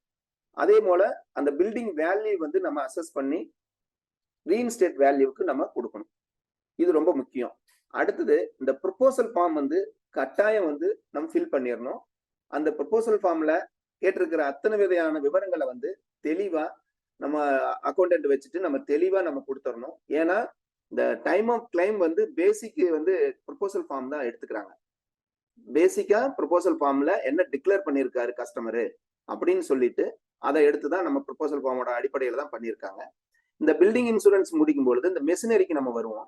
மெஷினரிக்கு நம்ம டிக்ளரேஷன் பண்ணுவோம். அப்ப வந்து ஒவ்வொரு மெஷினும் என்ன மேக்கு, மாடல், அதோட சீரியல் நம்பரை மென்ஷன் பண்ணி பாலிசிக்கு கொண்டு வந்துடுறாங்க. அதோட வேல்யூ வந்து தனித்தனியா ஒரு மெஷின் 1.5 கோடி ரூபாய் அப்படின்னா ஒரு மெஷின் 1.5 கோடி ரூபாய் ரீஇன்ஸ்டேட் வேல்யூல கொடுத்துட்டா ரொம்ப ரொம்ப நல்லதுங்க. மார்க்கெட் பிரைஸோ அல்லது அண்டர் இன்சூரன்ஸோ தயவு செய்து பண்ணிட வேண்டாங்க. இன்னைக்கு சூழ்நிலை அசம்பாவிதம்ங்கிற பட்சத்துல தான் இதெல்லாமே எல்லாருக்குமே த்ரெட்னிங்கா இருக்கு. ஸோ அந்த மாதிரியான சூழ்நிலை வேண்டாம். அடுத்தது மெஷினரிக்கு முறையா வந்து நம்ம இன்வாய்ஸ் ஃபைல் பண்ணி வச்சிருக்கணுங்க. ஏன்னா மெஷினரியோட இன்வாய்ஸ் வந்து எப்ப சப்போர்ட் பண்ணுது, இதே சமயத்துல தான் கிளைம் வரும்பொழுதுதான் நமக்கு அந்த மெஷினரி நமக்கு அதோட இன்வாய்ஸ் இதெல்லாம் எடுத்து சப்மிட் பண்ண வேண்டியது இருக்கும். அதே மாதிரி நம்ம ஆடிட்டிங் ரிப்போர்ட்டும் சரி, பினான்சியல் ரிப்போர்ட்டும் சரி, நம்ம வந்து பேங்க் ஸ்டேட்மெண்ட், பினான்சியல் ரிப்போர்ட், நம்மளோட ஆர்டர்ஸ், நமக்கு இதெல்லாம் வந்து நம்ம கரெக்டா ஃபாலோ பண்ணணும். அந்த ஆர்டர்ஸ் வரும்போது நமக்கு ஆர்டர் பிளேஸ் ஆனது டீடைல்ஸ் இருக்கணும். அதே மாதிரி நம்ம ப்ரொடெக்ஷன்ல இருக்குது, ப்ரொடெக்ஷன்ல இருக்கும்போது ஜாப் கார்டு, நமக்கு ஆர்டர் வந்திருக்கும், அந்த ஜாப் கார்டு டீடைல்ஸுமே ஒரு ஃபைல் மெயின்டைன் பண்ணிக்கிட்டே வரணும். ஏன்னா இன்னைக்கு வந்து நம்ம இவ்வளவு பொருள் வந்திருக்குது, நம்ம இவ்வளவு ப்ரொடெக்ஷன் பண்ணியிருக்கோங்கிறதெல்லாம் வந்து இன்னைக்கு இந்த மெஷின்ல இவ்வளவு ப்ரொடெக்ஷன் பண்ணிருக்கிறது வந்து ஏன்னா எல்லா மெஷினும் ஆப்ரேட்டிங் தான் இருந்தது. இவ்வளவு ப்ரொடெக்ஷன் பண்ணிருக்கிற டீடைல்ஸ் எல்லாமே வந்துட்டு அந்த ஜாப் கார்டு மூலமா தான் இருக்குங்க. இந்த ரீஇன்ஸ்டேட் வேல்யூ எடுக்கும் பொழுது நமக்கு வந்துட்டு ஒரு டிப்ரிசியேஷன் இல்லாம, உதாரணத்துக்கு 5 வருஷத்து மாடல்ல இருக்கிற ஒரு மெஷின் வந்து இன்னைக்கு மார்க்கெட் பிரைஸ்ல ஒரு 75 லட்சத்துக்கு போகுது. ஆனா இதுக்கு மார்க்கெட் பிரைஸ் இன்னைக்கு 1,25,00,000. அந்த டிப்ரிசியேஷன் இல்லாம நம்ம பார்க்க முடியுங்க. கம்பெனி வந்து அதிகப்படியான அந்த இன்சூரன்ஸ் டிக்ளேர் வேல்யூ குறைவா இருந்ததுன்னா அது வந்து அண்டர் இன்சூரன்ஸ்ல கொண்டுட்டு போயிடுவாங்க. அப்ப நம்ம கிளைம் போறதுக்கு ரொம்ப சிரமமா இருக்குங்க. அடுத்தது வந்து நம்ம ஸ்டாக்ங்க. இப்ப மெட்டீரியல் வந்து நிறைய வந்து மெட்டீரியல் நம்ம ஸ்டாக் பண்ணிடுவோம். இந்த ஸ்டாக் பண்ண மெட்டீரியல் எல்லாம் என்ன பண்றோம், stock, work in process, finished goods, இந்த 3 கேட்டகரியில் இருக்கும். இந்த 3 கேட்டகரியில் இருக்கிற மெட்டீரியல்ஸ், நம்ம பினிஷ்டு குட்ஸ், இந்த இந்த இது வந்து இவ்வளவு அப்ராக்சிமேட்லாம் உங்களுக்கு தெரியும். உதாரணத்துக்கு ஒரு 50 கோடி ரூபாய் அசெட் அப்படின்னா எனக்கு ஸ்டாக்கா எப்பவுமே இவ்வளவு இருக்கும். ஒர்க் இன் ப்ராசஸ்ல இவ்வளவு இருக்கும். பினிஷ்டு குட்ஸ் வந்துட்டு இவ்வளவு இருக்கும். ஸோ பினிஷ்டு குட்ஸ் எப்பவுமே நம்ம அதை ஃபைனல் ஆனோடனே அதை வந்து தனியா வேற இடத்துக்கு நம்ம ஷிஃப்ட் பண்ணிக்கிறது ரொம்ப அட்வைசபிள். அடுத்தது நம்ம இந்த பினிஷ்டு குட் சேக்ரேட் பண்ணி வச்சிருக்கிறது ரொம்ப அட்வைசபிள். அந்த வேஸ்டேஜ் மெட்டீரியல் இருக்கு பாத்தீங்களா, அந்த வேஸ்டேஜ் மெட்டீரியலையும் நம்ம வந்து அப்பப்ப நம்ம அப்புறப்படுத்திக்கணும். ஏன்னா சில இடத்துல வந்து அந்த பஞ்சு இது மாதிரியான சில விஷயங்கள் எல்லாமே இருக்கும். அந்த இடத்துல ஒயர் ஷார்ட் சர்க்யூட் ஆச்சுன்னா இமீடியட்டா ஃபயர் ஆகிற மாதிரி இருக்கு. இண்டஸ்ட்ரியில வந்து ஆயில் வந்து நிறைய இடத்துல வச்சிருக்காங்க. யூஸ் பண்ண ஆயிலும் அங்க இருக்கு. ஸோ பல நிறுவனங்கள் நமக்கு அந்த ஃபயர் ஏற்படுறதுக்கான வாய்ப்புகள் அதிகமா இருக்குது. அதை வந்து நம்ம தடுக்கிறதுக்கான வழி அதே போல நம்ம ப்ரொபோசல்ல கேட்டிருக்கோம் இல்லைங்களா, என்னென்ன கவரேஜ்கள், இதெல்லாம் பாலிசி இஷ்யூ ஆகிடுச்சு. நம்மளுக்கு வந்து ஒரு இன்டர்மீடியட் உங்கள்கிட்ட பாலிசி கொடுத்துட்டாரு அப்படின்னா அது ஒரு டைம் வச்சு நம்ம என்னென்னலாம் கவரேஜ் கேட்டிருக்கோம், என்ன கவர்லாம் நம்மகிட்ட இருக்கு பண்ணி தனி ஃபைல் தான் கொண்டுட்டு போயிடணுங்க. அதே மாதிரி நம்ம கிட்ட அந்த பர்னிச்சர், பிக்சர்ஸ் அண்ட் ஃபிட்டிங்ஸ், அந்த எலக்ட்ரிக்கல் ஃபிட்டிங்ஸ்க்கு எல்லாமே நம்ம ஒரு பிரைஸ் எல்லாம் டிக்ளேர் பண்ணுவோம். அது ஈவன் நீங்க வந்து கிளாஸ் ஃபிட்டிங்ஸ் போட்டிருப்பீங்க, இன்னைக்கு இன்டீரியர் நிறைய பண்றோம், ஆபீஸ்ல கேபின்ல இன்டீரியர்ஸ், அதே மாதிரி கேபின்ஸ், எலக்ட்ரானிக் ஐட்டம்ஸ். ஸோ இது எல்லாமே வந்து நம்ம டிக்ளேர் பண்றது மூலமா நம்ம வந்து கவரேஜ்குள்ள வந்து எப்பவுமே இருப்போம். அதே மாதிரி நம்ம ஒவ்வொரு பாலிசிலையும் நம்ம தெரிஞ்சுக்க வேண்டிய முக்கிய விஷயம் என்னன்னா, எக்ஸ்க்ளூசன் என்ன கொடுத்துருக்காங்க, வாரண்டிஸ் என்ன கொடுத்துருக்காங்க அப்படிங்கிறத நம்ம வந்து கட்டாயம் நம்ம பார்க்கணுங்க. இந்த இடத்துல நம்ம வந்து ஒவ்வொரு நிறுவனத்திலையும் வந்து இப்ப நிறைய நிறுவனங்களை நான் கவனிச்ச வகையில மேல வந்து லேசான பூச்சிக்கூடு மாதிரியே ஆடையாவே இருக்கும். ஸோ அங்க வந்து ஒயர் தொங்கிட்டு இருக்கு. அந்த ஒயர் தொங்கிட்டு இருக்க ஒயர் வந்து சில சமயத்துல ஸ்பார்க் ஆகிறதுக்கான வாய்ப்பு இருக்குது. அதனால பீரியாடிக்கலா அந்த ஒயரிங் வந்து நம்ம வந்து செக் பண்ணிக்கிட்டே வந்துட்டு இருக்கணும். அதே மாதிரி ஃபயர் ஃபிட்டிங்ஸ் இருக்கு இல்லைங்களா, அந்த ஃபயர் ஃபிட்டிங்ஸ் வந்து நம்ம வந்து ஈவன் ஃபயர் கன்னா இருக்கலாம், அல்லது வந்து வாளியில வச்சிருக்க மணலா இருக்கலாம், அல்லது ஸ்பிரிங்க்லரா இருக்கலாம். இது எல்லாமே நம்ம தீத்தடுப்பு முறைகள். அந்த தீத்தடுப்பு முறைகளுக்கு வந்து ஒரு குறிப்பிட்ட காலத்துக்கு ஒருக்கா நம்ம கிட்ட இருக்கிற எம்ப்ளாயிஸ்க்கு வந்து ஒரு பிரிமிசஸ்ல அவங்களை அசம்பிள் பண்ண வச்சு, இது இந்த இடத்துல என்ன கரண்டால ஃபயர் ஆனா நம்ம எப்படி தடுக்கணும், அல்லது நெருப்பால ஃபயர் ஆனா எப்படி தடுக்கணும் அப்படிங்கிற ஒரு விஷயத்த வந்து கட்டாயம் அவங்களுக்கு சொல்லி கொடுக்கணுங்க. ஏன்னா இன்னைக்கு வந்து ஒரு சின்ன அசம்பாவிதம் பக்கத்துல இருக்க என்னோட ஊர்ல இருக்கிற இடத்துல ஒரு நிறுவனத்துல வந்து அங்க இருக்கிறவங்க எல்லாம் சேர்ந்துதான் அனுப்பிச்சாங்க. அந்த எக்ஸாஸ்ட்ல இருந்து ஸ்பார்க் வந்தது, அப்படியே உடனே ஸ்பின்னிங் மில் அப்படியே ஸ்ப்ரெட் ஆயிடுச்சு. ஸோ அந்த மாதிரியான சூழ்நிலையில அவங்க பிரிகாஷனா இருந்ததுனால அசத்தை காப்பாத்திட்டாங்க. அப்ப வந்து நம்மளோட ஊழியர்களுக்கு அவங்கவுங்க எல்லா பகுதியிலும் இருக்கும், அவங்களுக்கு ஈஸியா அக்சஸ் ஆகுற மாதிரி இருக்கணும். அவங்க நாலேஜா இதை தெரிஞ்சுக்கிட்டா நம்மளோட சொத்து பாதுகாப்புக்கு அவங்களும் ஒரு காரணமா இருப்பாங்க. ஸோ இன்னைக்கு புது மெத்தட்லாம் வந்துருச்சு. இந்த ஃபயர் பால் எல்லாம் வந்துருச்சுங்க. ஸோ ஃபயர் பால் எல்லாம் வந்து இருந்ததுன்னா இன்னைக்கு ஆத்தரைஸ் பண்ணி வந்திருக்குது, ஆத்தரைஸ் இல்லாம இருக்கு. ஸோ அந்த ஃபயர் பால் எல்லாம் யூஸ் பண்ணும்போது தூரமா இருக்கிற இடத்துல இருந்து நம்ம அதை தூக்கி போடும்பொழுது ஃபயர்ல அடிச்சு மேக்சிமம் ஸ்ப்ரெட் ஆகிறத தவிர்த்துருங்க. இழப்பை வந்து மினிமைஸ் பண்ணிருங்க, நம்ம அதுக்கு மேல ஸ்ப்ரெட் ஆகாது. ஸோ அதை நம்ம எப்பவுமே பார்த்துக்கணுங்க. இது வந்து நம்ம எப்படியெல்லாம் ரிஸ்கை நம்ம வந்து குறைக்கலாம், எப்படியெல்லாம் தடுத்துக்கலாம், எப்படி பாதுகாப்பா இருக்கலாம். அடுத்ததாக அந்த கிளைம் ப்ரொசீஜர்ஸ் இருக்கு இல்லைங்களா, அந்த ஃபயரோ அல்லது வெள்ளத்துல ஏற்படுறதோ இந்த லைட்னிங்ல ஏற்படுறதோ இந்த கிளைம் எது ஆனாலும் ஃபர்ஸ்ட் வந்து நம்ம இன்சூரன்ஸ் நிறுவனத்துக்கு இன்டிமேஷன் பண்ணணும். அதே சமயம் அந்த இன்சூரன்ஸ் புரோக்கர் அல்லது இன்டர்மீடியட் இவங்க மூலமா நம்ம வந்து தகவலை கொடுத்துடணும்.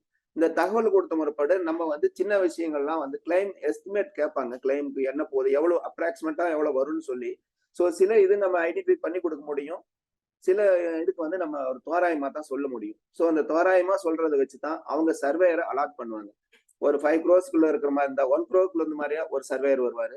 அந்த 5 crore ஒரு மாதிரி ஒரு சர்வேயர், அவங்க ரேங்கிங் தகுந்த மாதிரி வருவாங்க. ஸோ அதுக்கு பிறகு நம்ம ரைட்டு நம்ம இப்ப வந்து பாத்துட்டாரு அப்படிங்கிற பிறகு நம்ம மெஷினரி எல்லாம் வந்து ஓபன் பண்ண சொல்லுவாங்க. அப்புறம் மறுபடியும் நம்ம வந்து கிளைம் அதிகமா இருக்கு அப்படின்னா நம்ம மீண்டும் வந்து நம்ம சப்ளிமெண்டரி கொடுத்துக்கலாம். நம்ம வந்து மறுபடியும் எஸ்டிமேட் கொடுத்துட்டு நம்ம வந்து இந்த இவ்வளவு செலவாகும்னு சொல்லிட்டு அவங்க அப்ரூவல் பண்ணும் பொழுது நம்ம அடுத்து ப்ராசஸ்க்கு போக முடியும்.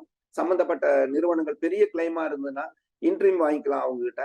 சின்ன சின்ன கிளைம்னா நம்மளே செலவு பண்ணிட்டு ரீஇம்பர்ஸ் பண்ணிக்க முடியும். அதே மாதிரி நியரஸ்ட் ஃபயர் ரிலேட்டடா இந்த மாதிரியான சூழ்நிலை வரும்போது நியரஸ்ட் ஃபயர் ஸ்டேஷனுக்கு வந்து நம்ம தகவல் கொடுத்துருக்கணும். நம்ம என்ன பாதுகாப்பு அம்சங்கள் பண்ணியிருக்கோம்னு நம்ம தெரிஞ்சிருக்கணும்.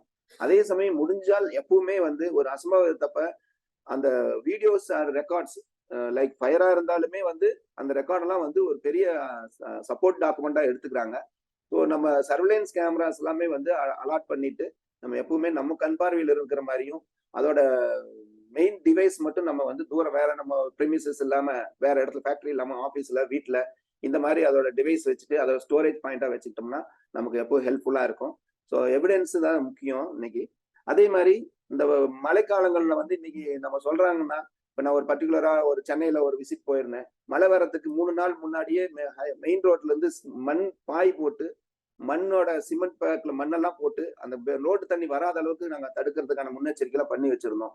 ஆனா வந்து அதை தாண்டி பக்கத்து பில்டிங்ல காம்பவுண்ட்ல இருந்து தண்ணி வந்து இவங்க ஃபுல்லா பூந்துடுச்சு. மெயின் ரோட்ல இருந்த தண்ணி பூதுறதுக்கு முன்னாடியே பக்கத்துல இருந்த தண்ணி எல்லாம் பூந்துதான் சேதத்துக்கு முதல் சுழியா வந்தது. அதுக்கு பிறகு தண்ணி அளவு அதிகமாச்சு. அத மாதிரி நம்ம முடிஞ்சு வரணும். நம்மளோட இடம் வந்து பள்ளத்தாக்குல இருந்ததுன்னா அதுக்கு நம்ம எப்படி பாதுகாப்பு பண்ணுங்கிறத நம்ம கண்டிப்பா இன்னைக்கு காலகட்டத்துல யோசிக்கணும். இன்சூரன்ஸ் கம்பெனி நமக்கு சப்போர்ட் பண்ணும். ஆனா நம்மளோட 100% இழப்பு நம்மளுக்கு சமன் செய்யுமான்னு சொன்னோம்னா அந்த ரொம்ப கஷ்டம். என்ன காரணம்னா இன்னைக்கு வந்து நமக்கு கிடைச்சிருக்க ஆர்டர் வந்து மிஸ்பிளேஸ் ஆயிடக்கூடாது, வேற லொகேஷனுக்கு வேற இடத்துக்கு போயிடக்கூடாது, அந்த மாதிரியான சூழ்நிலை இருக்கு. அதே மாதிரி நம்ம விபத்து சம்பந்தமா நம்ம போட்டோஸ் வீடியோஸ் எல்லாம் வந்துட்டு நம்ம தனிப்பட்ட டிரைவ்ல நம்ம வச்சு பண்ணிட்டு இருக்கோம். ஸோ எஸ்டிமேட் கொடுக்கும் பொழுது அந்த ரீப்ளேஸ்மெண்ட் காஸ்ட் நம்ம டிக்ளேர் பண்ணிருக்கணும், எவ்வளவுதான் வருது அப்படின்ட்டு. ஸோ கிளைம் ப்ரொசீஜர்ஸ் இதுதான்.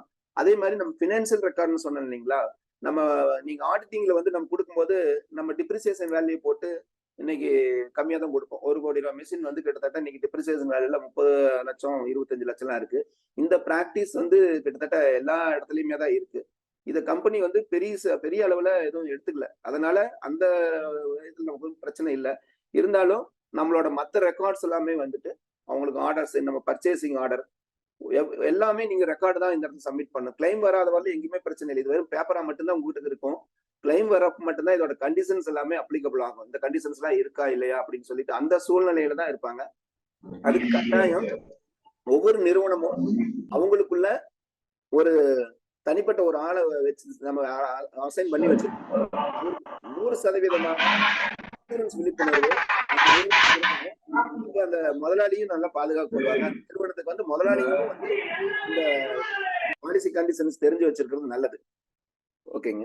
இந்த கொஸ்டின்ஸ் ஹலோ, வணக்கம், சொல்லுங்க, கேக்குதுங்க.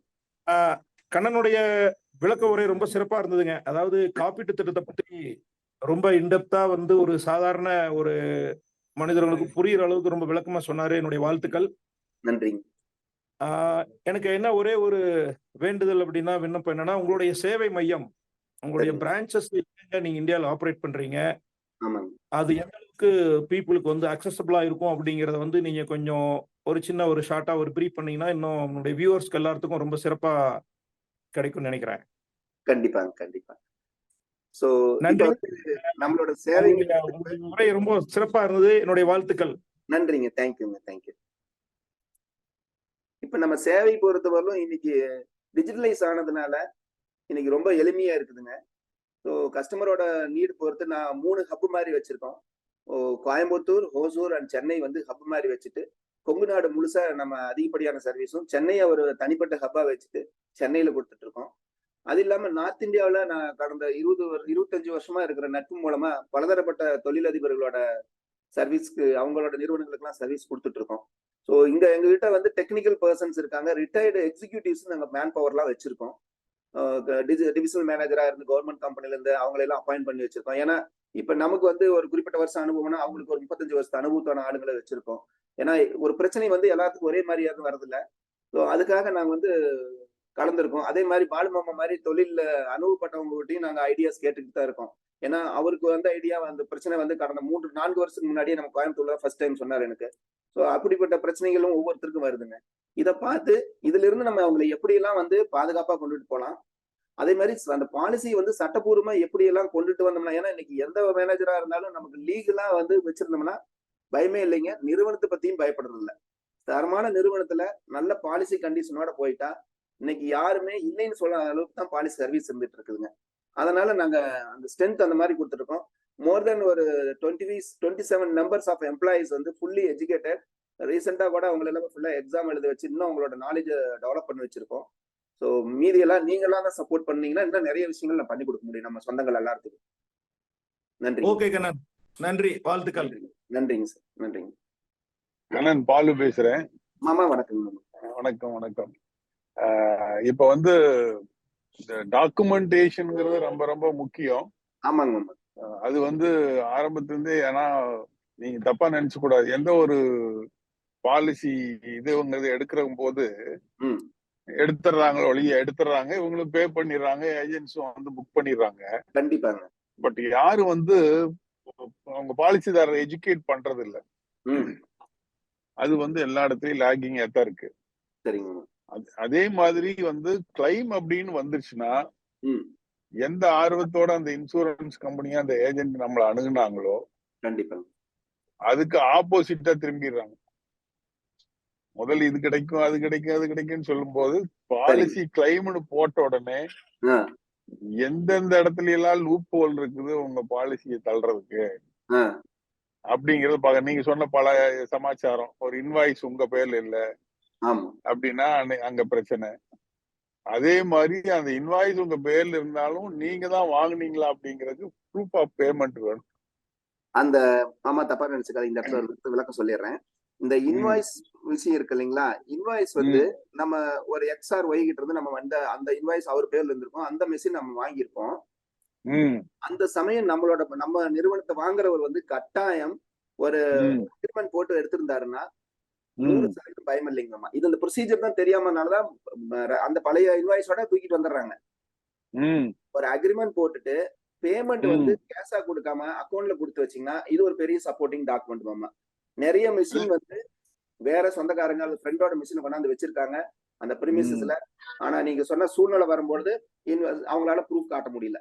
இதை தவிர்க்கிறதுக்கு கட்டாயம் அவங்க அந்த ரெக்கார்டு அக்ரிமெண்ட் போட்டு வச்சுக்கிறது நல்லதுங்க. அதே மாதிரி நண்பர்கிட்ட வாங்கிட்டு வந்த மிஷினா இருக்கட்டும், அல்லது வந்து கஸ்டமரே ஒரு மிஷின் கொடுத்திருந்தா கூட அந்த ஓனர்ஷிப் வந்து நமக்கு அவங்க பண்ணணும் அப்படின்னா நீங்க சொன்ன மாதிரி நமக்குள்ள அவங்களுக்குள்ள இருக்கிற அக்ரிமெண்ட் ஸ்ட்ராங்கா இருந்தா மட்டும்தான் முடியும். ஆமா, கட்டாயம் இல்லைன்னா முடியாது. ஏன்னா எங்களுக்கு அந்த மாதிரி ஒரு சூழல் வந்தது. சரிங்க. அதுக்கப்புறம் அந்த எங்களுக்கு மிஷின் கொடுத்த கஸ்டமர் கிட்ட போய் அவர்கிட்ட நோ அப்ஜெக்ஷன் சர்டிபிகேட் வாங்கி அந்த மாதிரி நிறைய ப்ரொசீஜர்ஸ் நிறைய கத்துக்க வேண்டி இருந்தது. இன் அடிஷன் டு தட், சொல்லுங்க. இப்ப வியாபாரத்துக்கு மட்டும்தான் பிசினஸ் மட்டும்தான் சொன்னீங்க. இப்ப கூட மெடிக்கல் இன்சூரன்ஸும் இன்னைக்கு ரொம்ப அவசியமா இருக்குது. சரிங்க மாமா. அந்த மெடிக்கல் இன்சூரன்ஸ பத்தியும் கொஞ்சம் நீங்க வந்து சொல்லலாம். பர்சனல் இன்சூரன்ஸ் ஓகே, அது நிறைய பாலிசிஸ் இருக்குது, நிறைய நம்பர் ஆஃப் டேர்ம்ஸ் இருக்குது, பிளான் நிறைய இருக்கு, அது தனியா பேசிக்கலாம். சரிங்க மாமா. அந்த மெடிக்கல் பத்தி கூட வந்து ஒரு வார்த்தை சொன்னீங்கன்னா நல்லா இருக்கு. ஏன்னா இன்னைக்கு எந்த ஹாஸ்பிட்டல் போனாலும் என்ன நடக்குதுன்னு தெரியாது, உள்ள போறதுதான் தெரியும் நமக்கு. கண்டிப்பா. வெளியில வரும்போது இன்னைக்கு பெரிய ஒரு லயபிலிட்டியோட வரக்கூடிய சூழல் நிறைய பேருக்கு இருக்குது. கண்டிப்பாங்கம்மா. அது எவ்வளவு தூரம் அவசியங்கிறத பத்தி கொஞ்சம் சொல்லிட்டீங்கன்னா கட்டாயம் நல்லா இருக்கும். எக்ஸ்பிளைன் பண்றேங்கம்மா. இப்ப இந்த மெடிக்கல் இன்சூரன்ஸ் வந்து இன்னைக்கு ஒவ்வொரு குடும்பத்திலயும் ஒரு முக்கியமான ஒரு பகுதி ஆயிடுச்சுங்க. நம்ம எப்படி ஒவ்வொருத்தர் கையிலயும் நம்ம செல்போன் வச்சிருப்போம் அத்தியாவசியமான மாதிரி, ஒவ்வொரு குடும்பத்திலயும் வந்து நம்ம குடும்ப உறுப்பினர்களை எதிர்பாராம ஏற்படுற மருத்துவ செலவை ஈடுகட்டுறதுக்கு இந்த மெடிக்கல் இன்சூரன்ஸ் ரொம்ப ரொம்ப உதவியா இருக்குது. அந்த மெடிக்கல் இன்சூரன்ஸ் எப்படின்னா ஒரு இண்டிவிஜுவல் பாலிசியாவும் இருக்கு, அல்லது வந்து ஃப்ளோட்டர் பாலிசி, ஃபேமிலி மெம்பர்ஸ் சேர்ந்த மாதிரியான பாலிசி இருக்கு, அல்லது அந்த ஃப்ளோட்டர் பாலிசிலேயே ஃபேமிலி மெம்பர்ஸ், பேரண்ட்ஸ், அவங்களோட மதர் இன்லா, ஃபாதர் இன்லா, இந்த மாதிரி ஒரு குரூப்பா சேர்ந்து கொடுக்குற மாதிரியும் சம் இன்சூர்டு தனித்தனியா கொடுத்து பாலிசி இருக்குதுங்க. இது ஹெல்த் இன்சூரன்ஸ். ஹெல்த் இன்சூரன்ஸ்ல ஒரு 30+ கம்பெனி வந்து இன்னைக்கு இருக்காங்க. அதுல ஒரு 4-5 கம்பெனி ஹெல்த் இன்சூரன்ஸ் மட்டும்தான் பண்றாங்க. மீதி ஜெனரல் இன்சூரன்ஸ் பண்ற அத்தனை நிறுவனம் இருக்குதுங்க. இந்த இதுல வந்துட்டு உங்களுக்கு ஒவ்வொரு கம்பெனி ஒரு கண்டிஷன் கொடுப்பாங்க. ரூம் ரெண்ட் அப்படின்னு ஃபர்ஸ்ட் எடுத்தோன்னே சொல்லுவாங்க. ரூம் ரெண்ட்ல ரெஸ்ட்ரிக்ஷன் வச்சிருப்பாங்க. சே ஃபார் எக்ஸாம்பிள், எனக்கு 1% ஆஃப் சம் இன்சூர்டு இது room rent, 2% of sum insured room rent அப்படின்னு சில நிறுவனங்கள் ரெஸ்ட்ரிக்ஷன் வச்சிருக்காங்க. பல நிறுவனங்கள் இன்னைக்கு மாறிட்டாங்க. ரூம் ரெண்டல்ல எந்த லிமிட்டும் கிடையாது. உங்களோட எக்ஸ்பென்சஸ் எவ்வளவோ, கேஎம்சிஹெச்ல 14,000 ரூபாயில சூட் கிடைக்குதுன்னா நீங்க வாங்கிக்கங்க, நீங்க எடுத்துக்கங்க. ஸோ நீங்க உங்களோட சம் இன்சூர்ட்ல என்ன இருக்கோ நீங்க வாங்கிக்கின்றாங்க. அதே மாதிரி இந்த நாள்பட்ட நோயின்னு சொல்றாங்க இல்லைங்களா, இந்த கட்டி வளர்றது, சதை வளர்றது, பைல்ஸ், இறங்குகுடல், கிட்னில கல் இருக்கிறது, சைனஸ், தைராய்டு, நீ ரீப்ளேஸ்மெண்ட், கண் புரை, இதெல்லாம் நாட்பட்ட நோய்கள். நரம்பு சுருண்டுக்கிறது, வெரி க்ளோஸ், ரீசெண்டா அது அதிகமா நிறைய பேருக்கு இருக்கு. ஸோ இதெல்லாம் வந்து நாள்பட்ட நோய். இது எந்த நிறுவனத்துல போனீங்கன்னாலும் மினிமம் 24 மாசம், 2 வருஷம் வெயிட்டிங் பீரியட் வருங்க. நம்ம இன்டர்மீடியட் யார்கிட்ட பேசினாலும் முதல்ல தயவு செய்து பிரீமியத்தை கேட்காதீங்க. எனக்கு அந்த நிறுவனங்கள்ல என்னென்ன எனக்கு சௌகரியம் இருக்கு அப்படிங்கறது மட்டும்தாங்க கேட்கணும். ஸோ அப்ப வந்து இந்த 2 வருஷத்துக்கான நாள்பட்ட நோய் இதெல்லாம் வந்து பாலிசி தொடர்ச்சியா 2 வருஷம் கட்டிட்டு 3வது வருஷத்துல இருந்து தான் கவர் ஆகும். பாலிசி போட்ட முதல் நாள்ல இருந்து விபத்துக்கான கவரேஜ் கிடைக்கும். 31வது நாள்ல இருந்து திடீர்னு ஏற்படுற நோய்வாய்ப்பட்டு ஏற்படுற மருத்துவ செலவு எல்லாமே கவரேஜ் வந்துருங்க. இதுல வந்து இந்த திடீர்னு ஒரு ஹார்ட் வந்துருச்சு, ஸ்ட்ரோக் வந்துருச்சு, மற்றபடிக்கு கிட்னில திடீர்னு ஒரு பிரச்சனை வந்துடுச்சு அப்படின்னாலும் கட்டாயம் இதுல பயன்பெற முடியும். ஆனா அதுவே உள்ளுக்குள்ள கிட்னில கட்டி இருந்தது அப்படின்னு டாக்டர் சொல்லி இருந்தாருன்னா கண்டிப்பா அந்த பாலிசி 2 வருஷம் கழிச்சுதான் நீங்க பயன்பெற முடியும். அதே போல உங்களுக்கு வந்து இந்த சில நிறுவனங்கள் இப்போ இந்த 30+ நிறுவனங்கள்ல அந்த ரூம் ரெண்ட்டுக்கு எப்படி கேப்பிங் வச்சிருந்தாங்களோ ட்ரீட்மெண்ட்லயும் வந்து சப் லிமிட் வச்சிருக்காங்க. நான் இந்த பெர்சன்டேஜ் தான் கொடுப்பேன், பர்டிகுலரா இந்த டிசீஸ்க்கு இவ்வளவுதான் கொடுப்பேன், கண்புரைக்கு இவ்வளவுதான் கொடுப்பேன்னு சொல்லியிருக்காங்க. பல நிறுவனங்கள் எல்லாமே. அதனால நிறுவனத்தை தேர்ந்தெடுக்கிறது ரொம்ப முக்கியம். அதே போல இந்த ஆர்கான் டொனேட் பண்றாங்க இல்லைங்களா, ஆர்கான் டோனருக்கு உட்படுற செலவு உட்பட எல்லாமே கிளைம் பண்ணிக்க முடியுங்க. அடுத்தது நம்மளோட ஆயுஸ், யுனானி இந்த மாதிரியான ட்ரீட்மெண்ட்டுக்கும் நம்ம எடுத்துக்கலாம். இதுக்கு குறைஞ்சபட்சம் ஹாஸ்பிட்டலைசேஷன்ல வந்து 24 hours இருக்க வேண்டியது மேண்டேட்டரி. அதுல செலக்டிவான ஒரு டிசீஸ்க்கெல்லாம் டே கேர் ப்ரொசீஜர்ஸ், நீங்க காலையில போயிட்டு ட்ரீட்மெண்ட் பார்த்துட்டு மதியம் வந்துடலாம். இப்போ உதாரணத்துக்கு இந்த 2 வருஷம் கழிச்சு நீங்க கட்டிக்கு ஆபரேஷன் பண்ண போறீங்கன்னா போயிட்டு அப்படியே ஜஸ்ட் லைக் லேசர்ல ட்ரீட்மெண்ட் பண்ணிட்டு வந்துடுறீங்க, எலிஜிபிள் வந்துடும். இது ரொம்ப முக்கியமானது. அதே மாதிரி உங்களுக்கு அழகு சம்பந்தப்பட்ட பல் தாடையை சீரமைக்கிறேன், முகப்பொலிவு இல்லை அதுக்கு சரி பண்றேன் அப்படின்னு போனீங்கன்னா கவரேஜ் கிடைக்காது. ஆக்சிடென்டால பல் தாடை உடஞ்சிருந்தா ட்ரீட்மெண்ட் எடுத்துக்க முடியும். அதே மாதிரி உங்களுக்கு கண்ணில் வந்து எனக்கு குறை இருக்குது அப்படின்னா +/- 7.5% இருந்தா மட்டும்தான் அவங்க எடுத்துக்கிறாங்க அந்த ட்ரீட்மெண்ட்டுக்கு. அப்பதான் அந்த எலிஜிபிலிட்டி வருது. அதே சமயம் உங்களுக்கு இந்த கண்ணில் லென்ஸ் வைக்கிறதுல வந்து நிறைய பிரச்சனை இருக்கு. இன்னைக்கு லென்ஸுக்கு வந்து ஒரு பிக்சடான காஸ்ட் வச்சிடறாங்க. நம்ம இம்போர்ட்டட் லென்ஸ் தான் வைக்கணும் அப்படின்னா அந்த காஸ்ட் நம்மளோட இதில் தான் வரும். ஸோ அதை நம்ம கவனிக்கணும். ஏன்னா இதை வந்து பாலிசி நமக்கு எடுக்கும் போதே இதெல்லாம் கவனிச்சிடணும். ஸோ இந்த முக்கியமான ஆஸ்பெக்ட்ஸ் இதுதானுங்க. ரெண்டாவது, உங்க ஃபேமிலியில் வந்து ஃப்ளோட்டர் பாலிசி எடுக்கிறீங்கன்னா ஏஜ் டிஃபரன்ஸ் இருக்கு அப்படின்னா நீங்க தனித்தனியான பாலிசி எடுத்துக்கிறதே ரொம்ப அட்வைசபிளுங்க. இன்னைக்கு குறைஞ்சபட்சம் ஒரு 10 லட்சம் ரூபாய்க்கான கவரேஜ் எடுத்திருந்தா மட்டும்தான் இன்னைக்கு இந்த குடும்பத்துல வந்து நம்ம வந்து மருத்துவ செலவு ஈடுகட்ட முடியும். குறைஞ்சபட்சம் 10 லட்சம் ரூபாய் பாலிசி. ஏன்னா இன்னைக்கு வந்து ஹாஸ்பிட்டலைசேஷன் வந்து நீங்க சென்னைக்கு பெங்களூர் கம்பேர் பண்ணோம்னா அதிகப்படியா போயிட்டு இருக்குது. அதனால நம்ம வந்து அதுல ரொம்ப கவனம் செலுத்தணுங்க. டிசீஸ் பொறுத்தவரைக்கும் 24, அதாவது உங்களுக்கு வந்து இது இருக்குங்க, பிஇடி இருக்கு இல்லைங்களா, ப்ரீ எக்ஸிஸ்டிங் டிசீஸ். அப்ப வந்து நம்ம வந்து டிக்ளேர் பண்ணிடணும். பாலிசி நம்ம எடுக்கிறோம், இன்னைக்கு பாலிசி எடுக்கும் பொழுது எனக்கு ஏற்கனவே தொந்தரவு இருக்கு அப்படின்னு நம்ம டிக்ளேர் பண்ணிடணும். இந்த டிக்ளேர் பண்றதுனால என்ன ஆகுன்னா அந்த நிறுவனம் நமக்கு இருக்கிற தொந்தரவை அவங்க கணக்கு எடுத்துக்கிட்டு இவருக்கு வந்து ஒரு 3 வருஷம் வரலும் இந்த கவரேஜ் வந்து இதுக்கு கிடையாது, 3 வருஷம் கழிச்சு இருக்கும், அல்லது இந்த கவரேஜுக்கு வந்து லோடிங் கொடுத்து போடுறேன்னு சொல்லிட்டு கம்பெனி முடிவு பண்ணிடும். தயவு செய்து நம்ம பாலிசி போடும் பொழுது நீங்க ஏற்கனவே ஏதாவது தொந்தரவு இருந்தால் மறைச்சிடக்கூடாது. ஏன்னா நம்ம சீரியஸா ஒரு சமயத்துல போயிட்டு நம்ம அவசர அவசரமா ஹாஸ்பிட்டல் அட்மிட் ஆகும்போது அந்த டாக்டர் கேட்பாரு, ஏற்கனவே உங்களுக்கு சுகர் இருந்ததுங்களா? ஆமா சார் இருந்தது. உண்மை மட்டும்தான் சொல்லுவோம். ஏற்கனவே ஸ்ட்ரோக் வந்ததுங்களா? வந்தது சார். ஆனா அது வந்து நம்ம ஆளுங்க மறைச்சிருந்தோம்னா நாளைக்கு வந்து கிளைம்ல ரீஇம்பர்ஸ்மெண்ட் போகும்போது, கிளைம் கேஷ்லெஸ் போகும்போதோ ரீஇம்பர்ஸ் போகும்போதோ தொந்தரவா அமையும். அதே மாதிரி இந்த தைராய்டு நம்ம சொல்றோம் இல்லைங்களா, தைராய்டு வந்து ஒரு குறைபாடு நோயே கிடையாது, சுகரும் தைராய்டும். இந்த குறைபாட்டுக்கு இருக்கிறத நம்ம தைராய்டுக்கு 50 mg டேப்லெட் எடுத்துட்டு இருக்கோம்னாலும் அதையும் டிக்ளேர் பண்ணிடணும். கண்டிப்பா அவங்க எந்த இன்சூரன்ஸ் கம்பெனி இன்னைக்கு வந்து பாலிசி இல்லைன்னா சொல்றது இல்லை, பட் நம்ம இப்ப டிக்ளேர் பண்ணிட்டோம் அப்படின்னா ரொம்ப ரொம்ப உபயோகமா இருக்கும். இன்னொரு முக்கியமான விஷயம், இப்ப நம்ம பாலிசி எடுத்துட்டீங்க, ஒரு 3 வருஷம் கழிச்சுதான் உங்களுக்கு சுகர் தெரியுது, ஐடென்டிஃபை ஆகுது, அல்லது ஃபர்ஸ்ட் ஹார்ட் அட்டாக் சம்பந்தமா போறாங்க, ஸ்டெட் வைக்கல ஆனா ஜஸ்ட் டேப்லெட் மட்டும் கொடுத்துட்டாங்க அப்படின்னா நீங்க கட்டாயம் பண்ண வேண்டியது ஃபர்ஸ்ட் கன்சல்டேஷன் லெட்டர்னு சொல்லிட்டு டாக்டர்கிட்ட வாங்கி உங்க ஃபைலோட சேர்த்து போட்டுறணும். ஏன் அப்படின்னா இந்த விஷயம் வந்து அடுத்த 2 வருஷம் கழிச்சு தான் மறுபடியும் தொந்தரவு வரும். அப்ப டாக்டர்கிட்ட வந்து ஏற்கனவே இருந்ததுங்க அப்படின்னா அவங்க ஏற்கனவே இருந்ததுன்னா எவ்வளவு நாள் இருந்ததுலாம் டிக்ளேர் பண்ண மாட்டாங்க. பாலிசி போடுறதுக்கு முன்னாடியே இருந்த மாதிரி தான் அவங்க கற்பனையில வச்சுக்குவாங்க. அதனால நம்ம கட்டாயம் வந்து நமக்கு புதுசா ஒரு தொந்தரவு வந்ததுன்னா நமக்குன்னு ஒரு பர்சனல் ஃபைல் வைக்கணும். எவ்வளவு பர்ஸ் வச்சிருக்கிற மாதிரி, ஏடிஎம் கார்டு வச்சிருக்கிற மாதிரி பர்சனல் ஃபைல்ல ஹிஸ்டரி வச்சிருக்கணும். நம்மளோட ஹெல்த் ஹிஸ்டரியை நம்ம வச்சிருக்கணும். அதே மாதிரி நம்ம கம்பெனிக்கு டிக்ளேர் பண்ணிட்டோம்னா 100% சேஃபா இருக்கும். இது ரொம்ப ரொம்ப முக்கியங்க. இந்த ஹாஸ்பிட்டல் அட்மிட் பண்ணி ட்ரீட்மெண்ட் பண்றாங்க இல்லைங்களா, இப்ப திடீர்னு ஒரு விஷயமா அட்மிட் ஆயிட்டாரு, அவருக்கு வந்து இந்த ஏற்கனவே 2 டாக்டர்கிட்ட செக்அப் பண்ணிட்டு தான் 3வது அட்மிட் பண்றாரு. அந்த அட்மிட் பண்ற சொல்ல அது ப்ரீ ஹாஸ்பிட்டலைசேஷன் சொல்லுவாங்க. 60 டேஸ்க்கான பில்ஸ் எல்லாமே அந்த ட்ரீட்மெண்ட்டுக்கு கேஷ்லெஸ்ல போயிடுச்சு, ரீஇம்பர்ஸ்ல பணம் வந்துருச்சுன்னா இந்த 60 நாள் பில்லையும் கிளைம் பண்ணிக்கலாம். அப்புறம் டிஸ்சார்ஜ் ஆயிட்டு வீட்டுக்கு போயிட்டாரு, 2-3 கவுன்சிலிங் போறோம், மறுபடியும் அவரு ஒப்பீனியன் வாங்கிட்டு எல்லாம் நல்லா ஆயிடுச்சு அப்படின்னா அந்த 180 நாளோட பில்ஸையும் வந்து நம்ம கிளைம் பண்ணிக்கலாம் அந்த பர்டிகுலர் டிசீஸ்ல. அதே மாதிரி இன்னைக்கு 10 லட்சம் ரூபாய்க்கு பாலிசி எடுத்திருந்தா அந்த பாலிசி வந்து அந்த பாலிசியோட 10 லட்சம் முடிகிற பட்சத்துல இன்னொரு 10 லட்சம் ரூபாய் ரீஸ்டோரேஷன் பண்ற மாதிரியான கம்பெனிஸ் எல்லாம் பண்ணி கொடுத்துட்டு இருக்காங்க. அது 10 லட்சம் எக்ஸாக்ட் ஆயிடுச்சு அப்படின்னா இன்னொரு 10 லட்சம் ரீஸ்டோரேஷன் ஆயிரும்.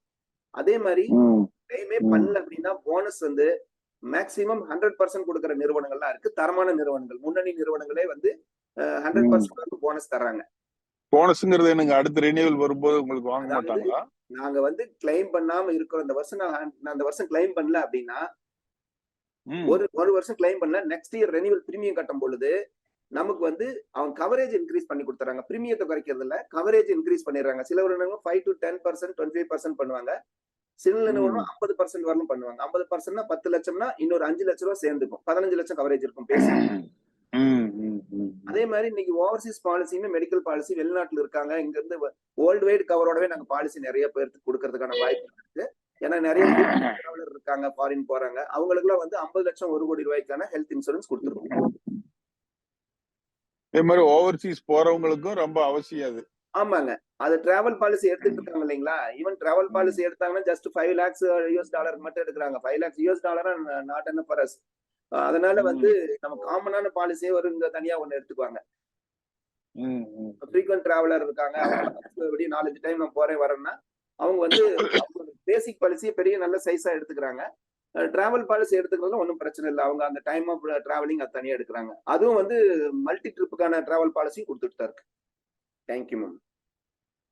என்ன மாதிரி ரிட்டையர்ட் பர்சனை விட்டுடுங்க, பட் இந்த உங்க மாதிரி எல்லாமே ஒரு குடும்பத்துல ஒரு மிட் ஏஜ்ல இருக்கக்கூடியவங்களுக்கு எல்லாம் பாத்தீங்கன்னா உங்களை நம்பி உங்க குடும்பம் இருக்குது, அதை விட உங்க தொழில் இருக்குது.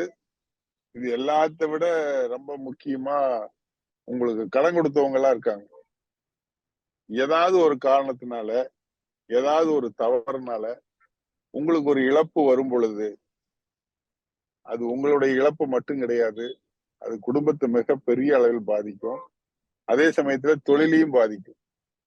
இது எல்லாத்த விட கடன்காரனை கடன் கட்டுறதுக்கு நீங்க வந்து ரொம்ப கஷ்டப்பட்டு ஓடி ஆடி வேலை பார்த்துட்டு இருக்கும் பொழுது இந்த மாதிரி ஒரு சிக்கலை வந்து ஒரு தடைப்பட்டு போகும்போது அவங்க வந்து அதுக்கெல்லாம் பொறுப்பெடுத்துக்க மாட்டாங்க.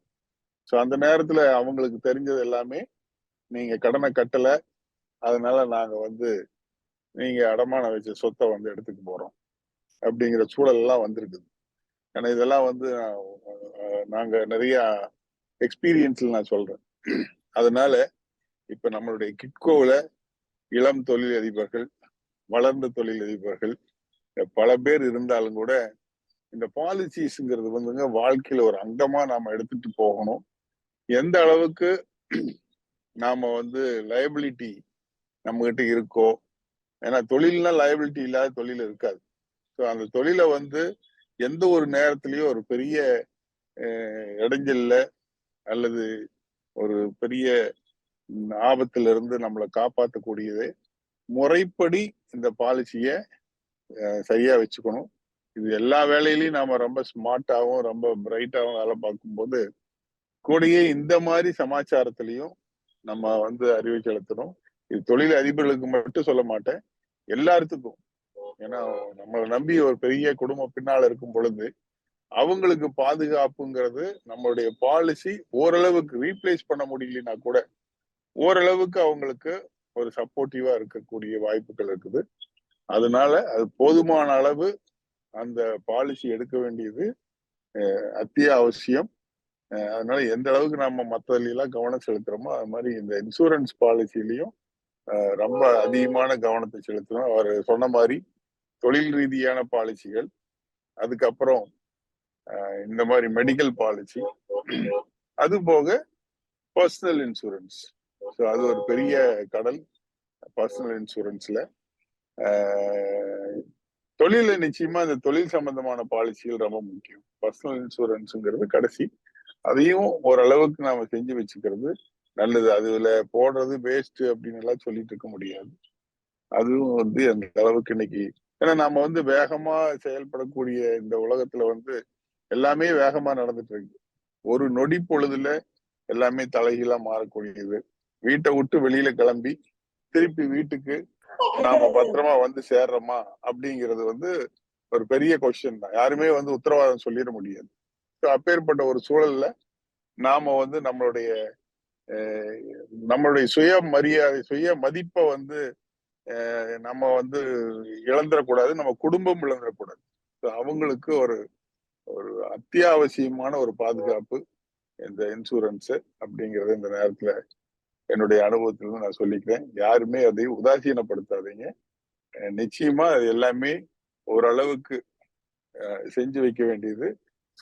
லைஃப் இன்சூரன்ஸ், மெடிக்கல் இன்சூரன்ஸ், அதுக்கப்புறம் தொழில் சம்பந்தமான இன்சூரன்ஸ், இந்த மூணுமே ரொம்ப முக்கியம் தான். அதுல அவர் சொன்ன மாதிரி இந்த ஏற்றுமதி இன்சூரன்ஸ் ரொம்ப அருமையா கண்ணன் சொன்னீங்க. என்றும் உங்கள் சேவையில் உங்கள் அன்பு கண்ணன். நன்றி, வணக்கம்.